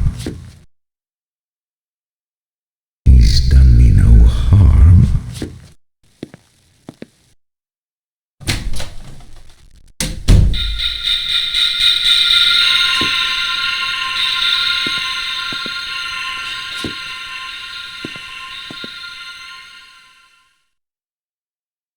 You look as though you could use some hot soup.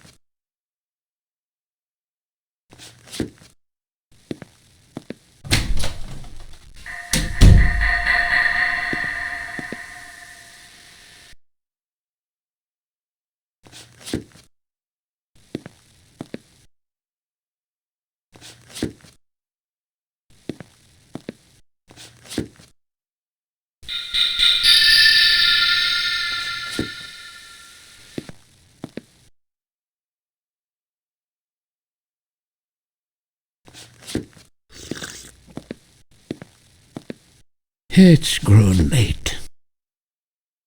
Good night, young man. Good night.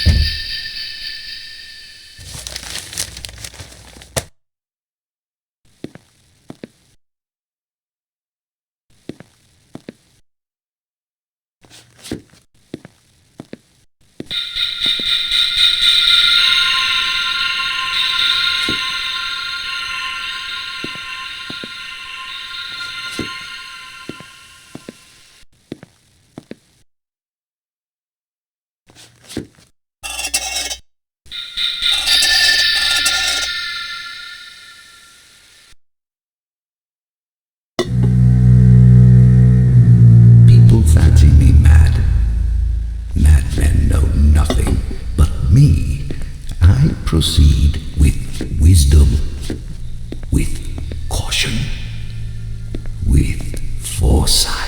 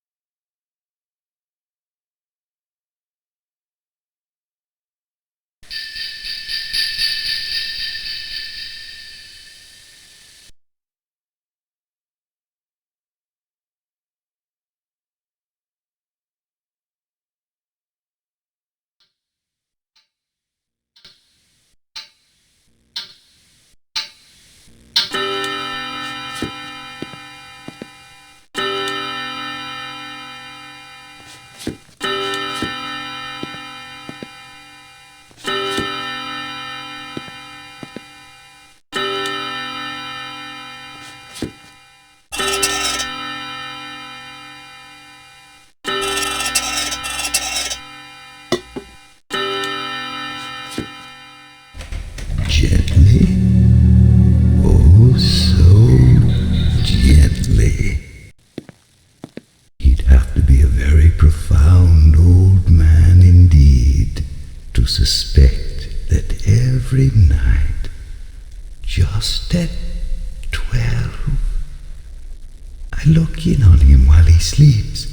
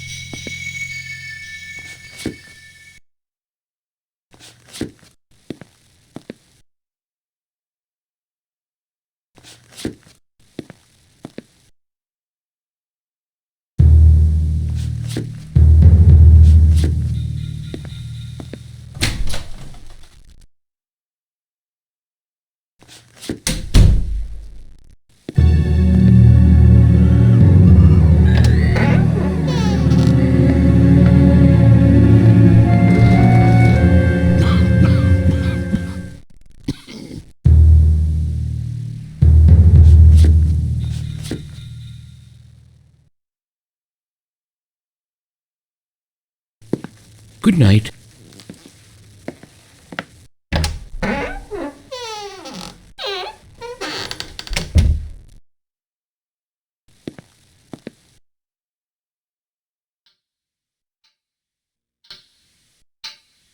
He's done me no harm.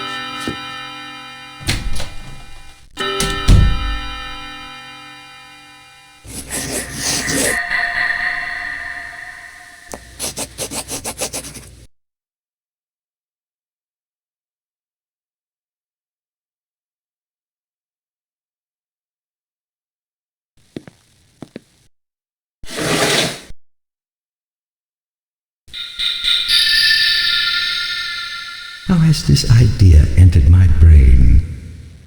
It haunts me day and night.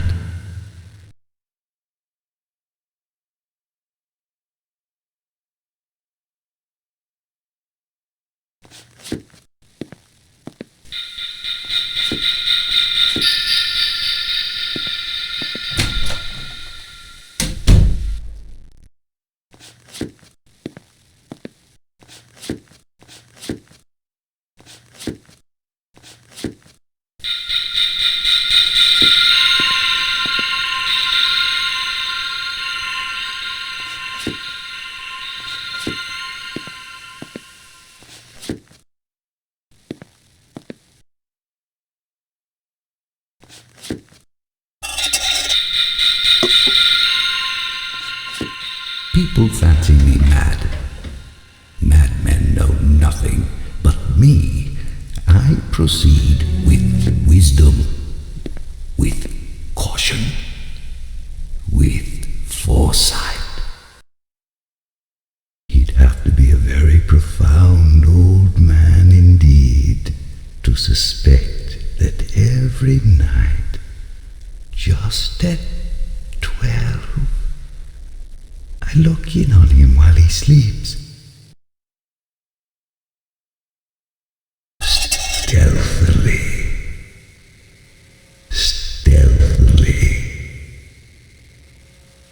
Closed. The eye is closed.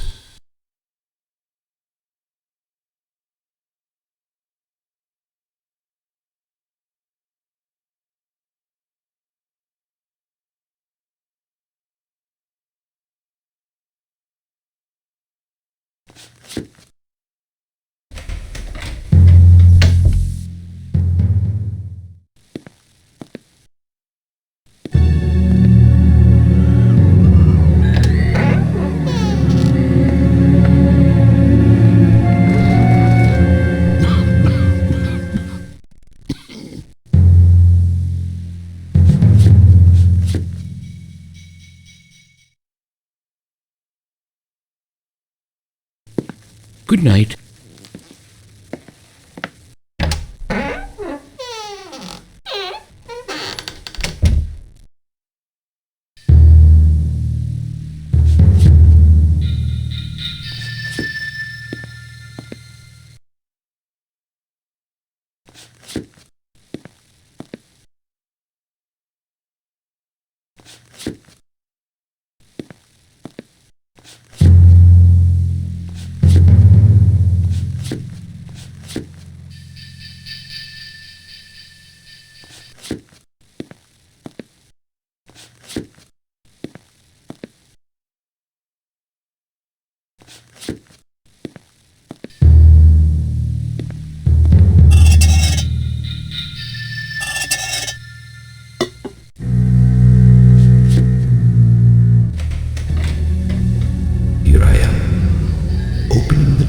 Little by little, and he doesn't even dream of my secret deeds or thoughts.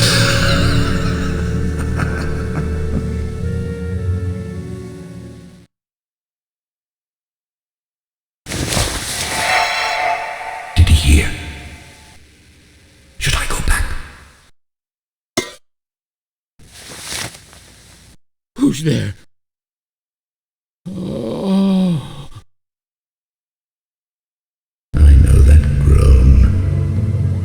It's the low sound that rises from the bottom of the soul when charged with mortal terror. Many at midnight it wails up from my own bosom, deepening with its dreadful echo the terrors that distract me. Yes, I know it well.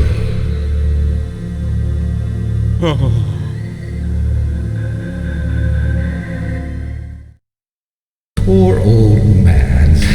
He's been lying awake ever since that first noise, his fears growing, trying to fancy them causeless, but he cannot, because death, stalking with his black shadow before him, has enveloped the victim.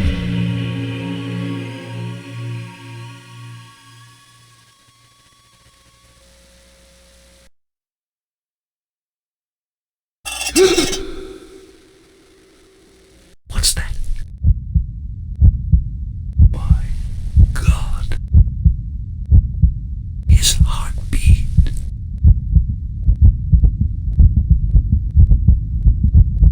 He must be terrified.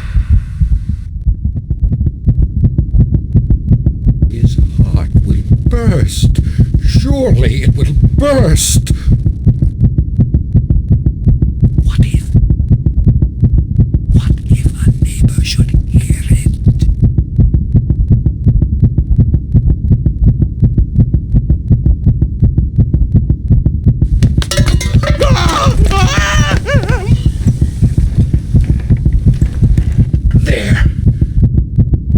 No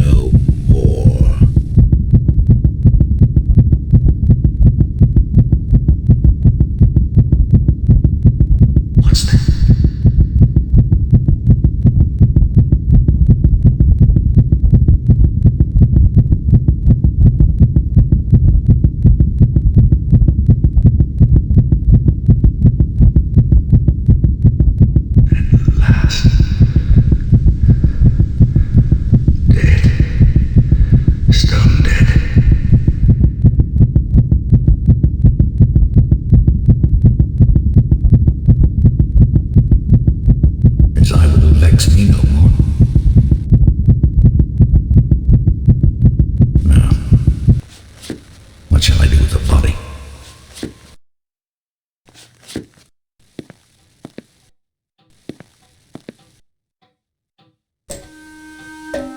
I worked hastily, but in silence. I dismembered the corpse. I cut off the head and the arms and the legs.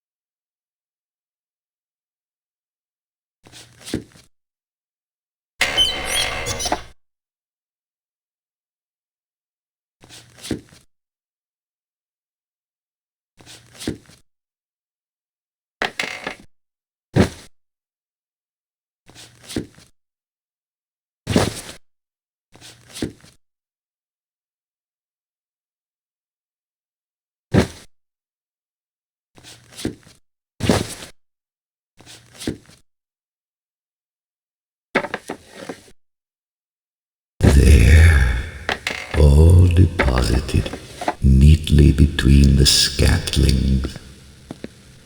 And placed so cunningly, no human eye, not even his, could detect anything wrong. Nothing to wash out, no blood spot whatever. All has been caught in a tub.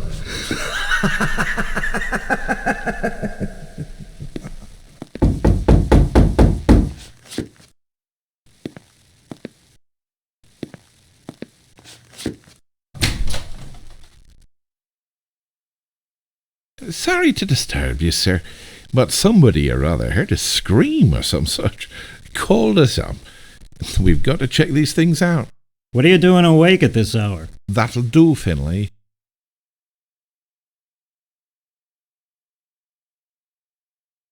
Do come in, please, do. Well, what about the scream, Sarge? Oh, the scream, sir? What do you know about anything like that? Oh, that was I, Sergeant. I called out in a nightmare. I'm given to nervous fits. A gentleman like yourself? Well, what about the old man that lives here? Finlay! Gone to the country. Lucky man.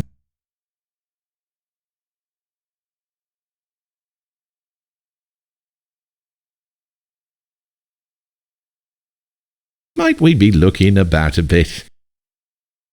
Of course, certainly. Search.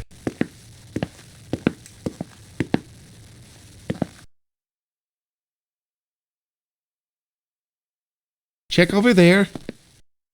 The stove as well. Yes, sir. Sir.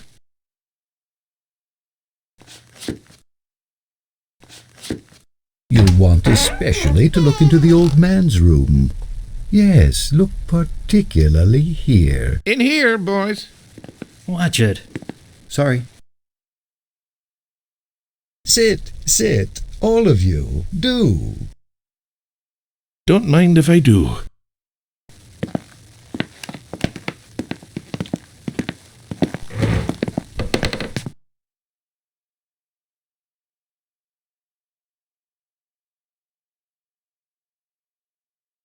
It's been a long day.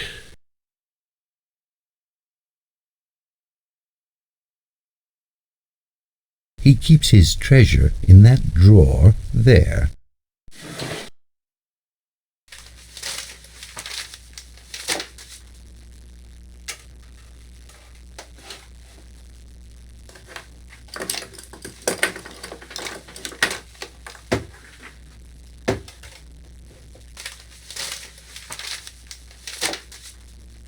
Oh, it's a lovely night, though.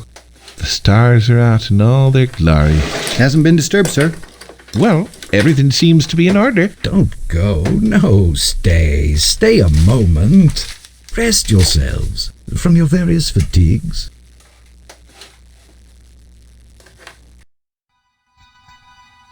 Ah, my head. And what is that annoying ringing in my ears? Will they never be gone? And that ringing. But wait. It's not in my ears. It's... Oh my God. Can't they hear it? No. I'm safe. If only they'll leave. They must hear it. They must. And still. How is it they don't hear it?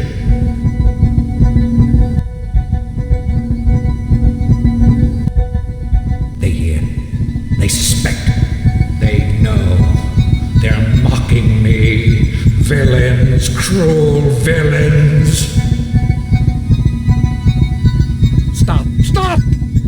I admit it. I confess. Tear up the planks. Here. Here. It is the beating of his hideous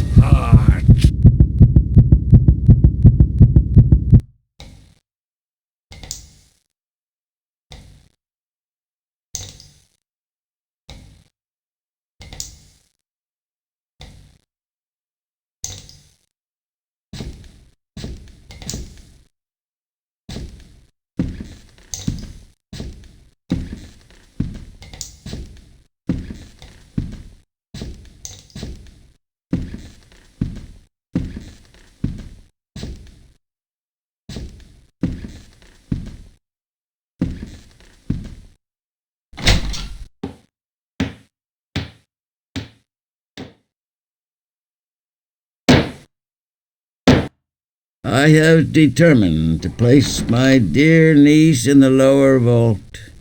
The ground outside is far too marshy this time of year for a proper burial. Please light the way.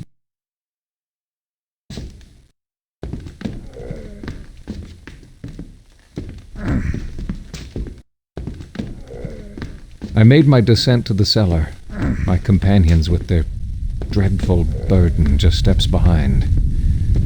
We penetrated into the dank basement, the lantern pushing back the darkness. What I could see in the black floated before my eyes. My eyes themselves felt as though they had turned to ice, and now sat chill and spiked in my heavy skull. These harrowing reflections haunted me until we reached the lower vault. We entered carefully and placed the coffin on 2 spindly wooden trestles, set there for such a purpose. Our labor was without ceremony. Come now. Peace be with her. I can't bear to leave her here, all alone in the dark. Dear brother, do leave the lantern. Leave her a small source of light. We'll go back in the darkness.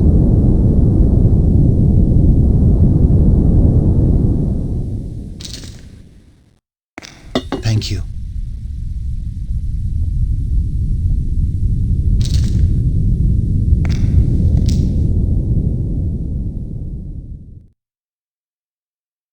Ambers, seal the vault securely.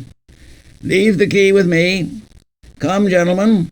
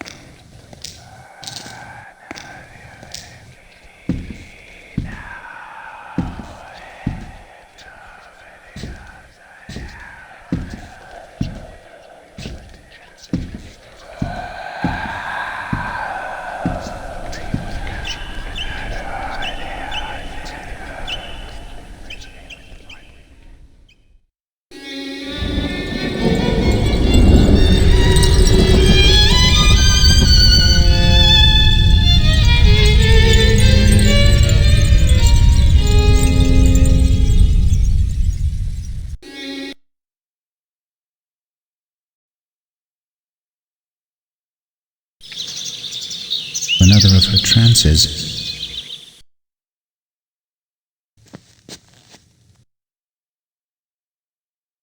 Young man, our lineage has stood honorably for centuries. She's almost gone.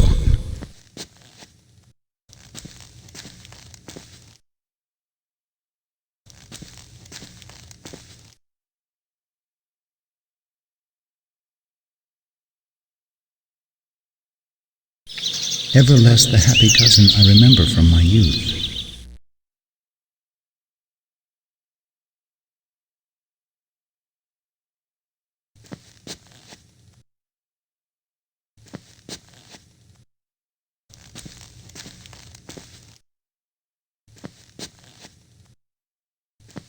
Come in.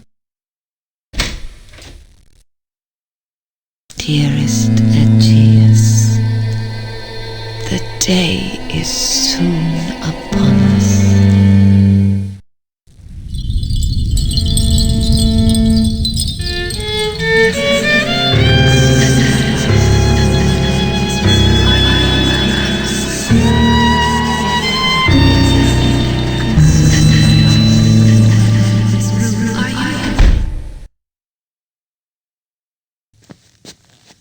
teeth, teeth, teeth, teeth, teeth,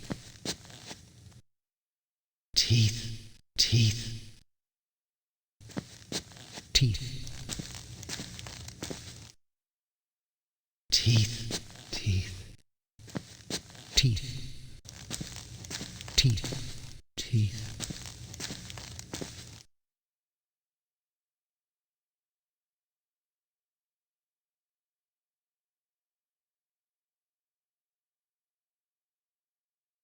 Teeth, teeth,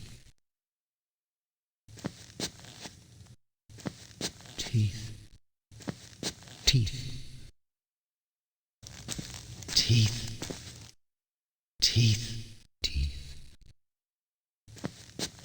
teeth, teeth, teeth.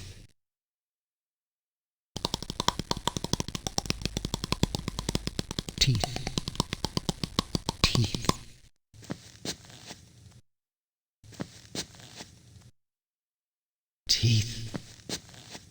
teeth, teeth, teeth, teeth, teeth, teeth, teeth.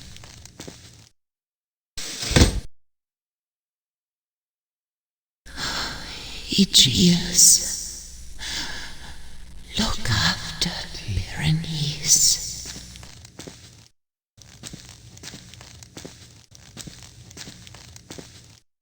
Teeth,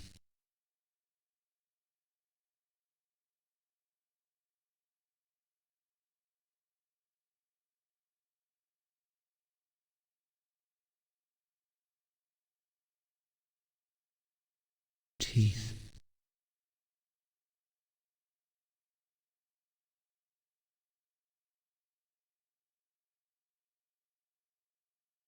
Teeth, teeth, teeth, teeth. It is only by way of the teeth that I can restore myself to peace and to reason.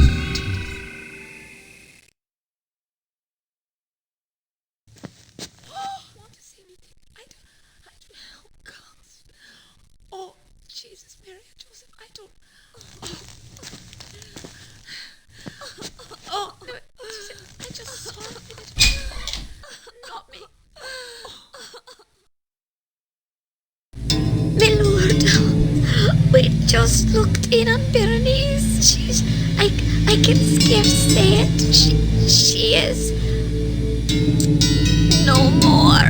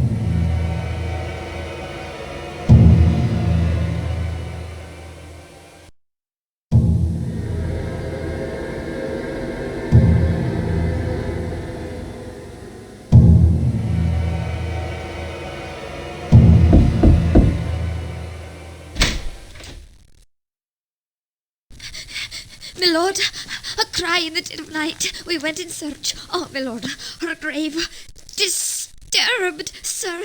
Her enshrouded body, bloody, yet still breathing. Oh, yes, alive. Oh, sir, look.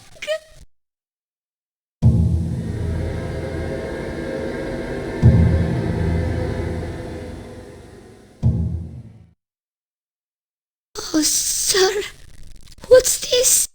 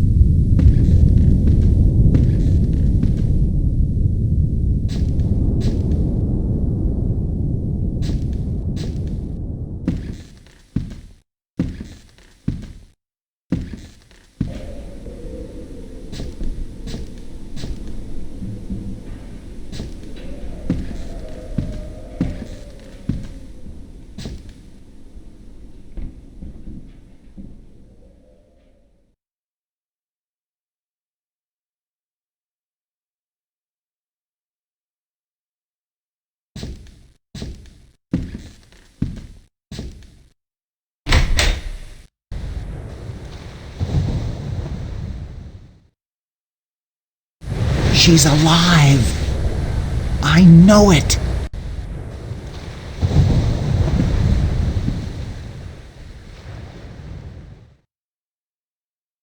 I can feel her blood flowing through the house.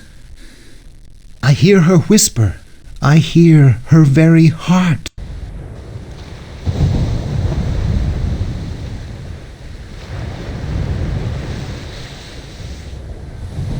I've pounded at the door to her vault. I swear I hear rustling within. Do you understand? She lives.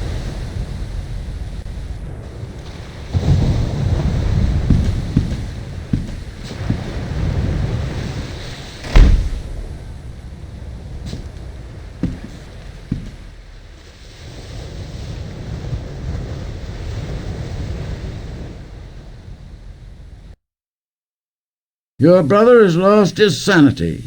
Not even embers can restrain him. I understand you carried messages between Elise and him. Then come, carry one more.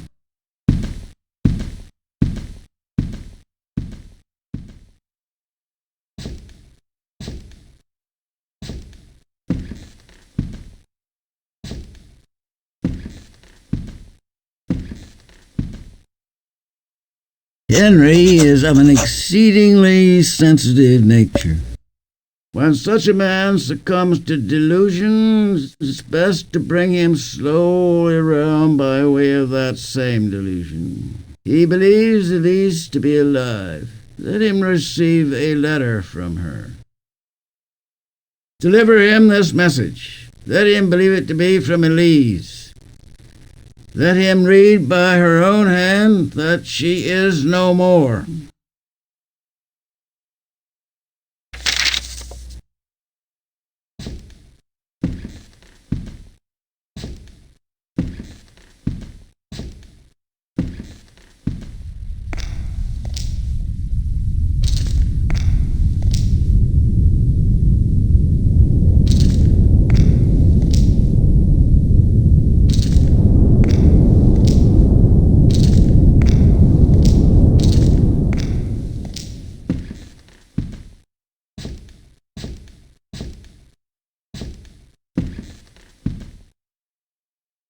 You must help me.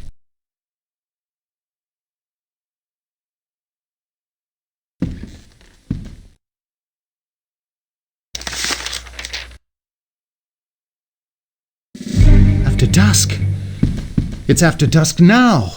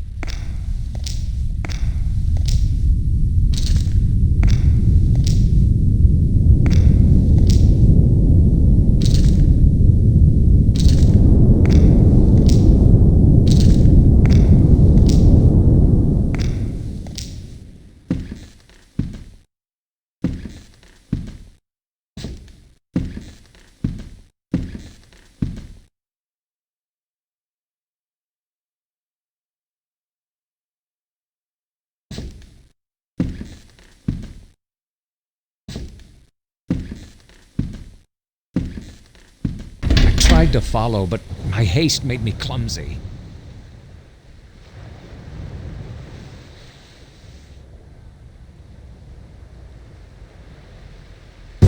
Finally, I emerged into the night. Elise! Elise, it's Henry! Elise, are you there? In the distance, I could hear my brother crying out. Elise, are you there? Elise! Elise, answer me! In the bright moonlight, I could see the rise and swell of the ocean from afar. The wave collected itself into a vast wall of destruction, then seemed to hesitate, poised in the moonlight. Then, with a terrific crash, the full force of the sea met the cliff face, shattering the calm of the night, surely forever.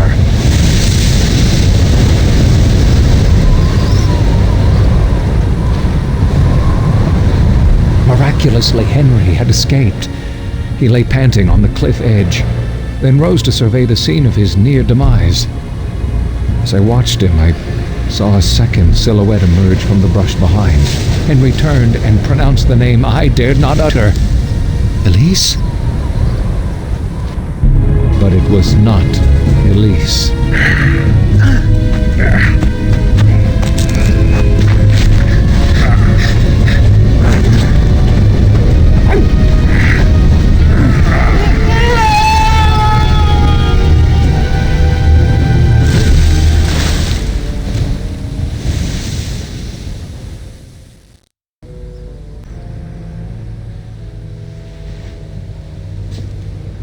My wrath falls with certainty. Your brother was driven to insanity by breathing paint fumes from a lantern. You carried messages for them. You sang and flirted with her. You tried to save him.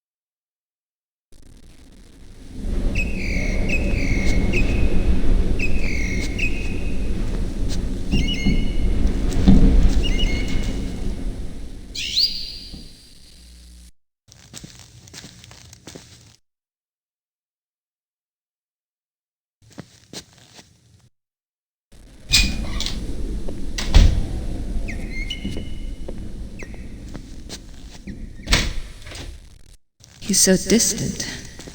I hope he's all right.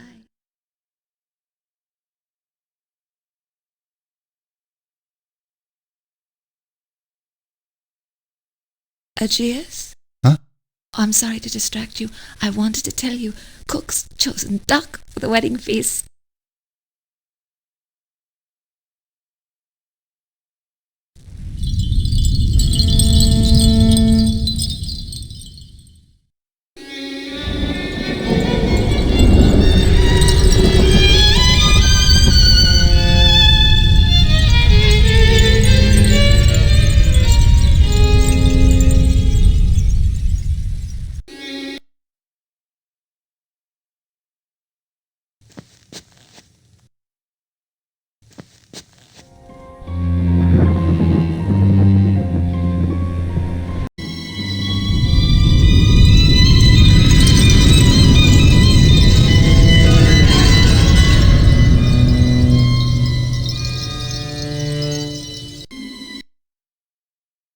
Aegeus?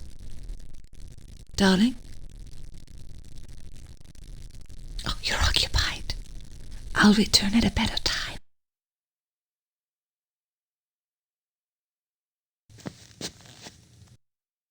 Aegeus doesn't look well at all. Perhaps I should get the duck. I'm not well either. I must get my medicine. My medicine. My medicine.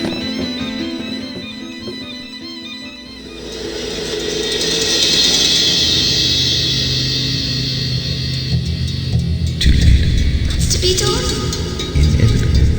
Oh my. Oh my.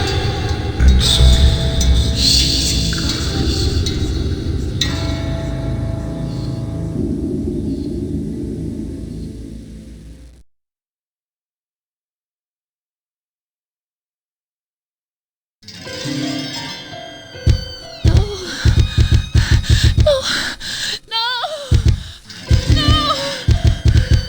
What have they done? Help! Help! Let me out! Please! I'm alive! Alive!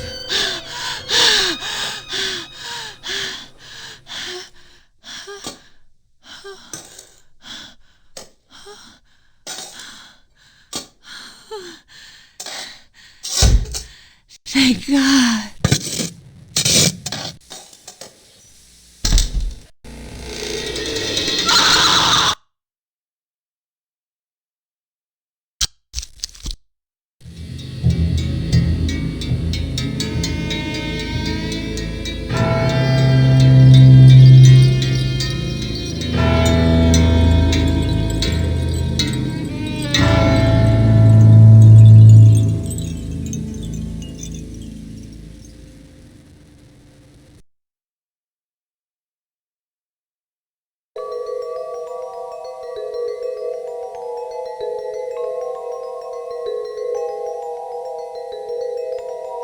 No pestilence has ever been so fatal or so hideous. Blood is its avatar and its seal. The redness and the horror of blood.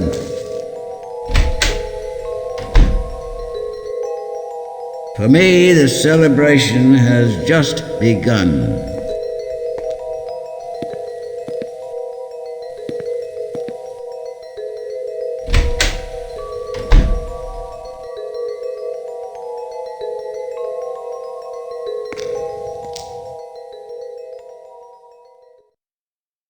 Uncle Edwin? I'm alive, Uncle! I'm alive!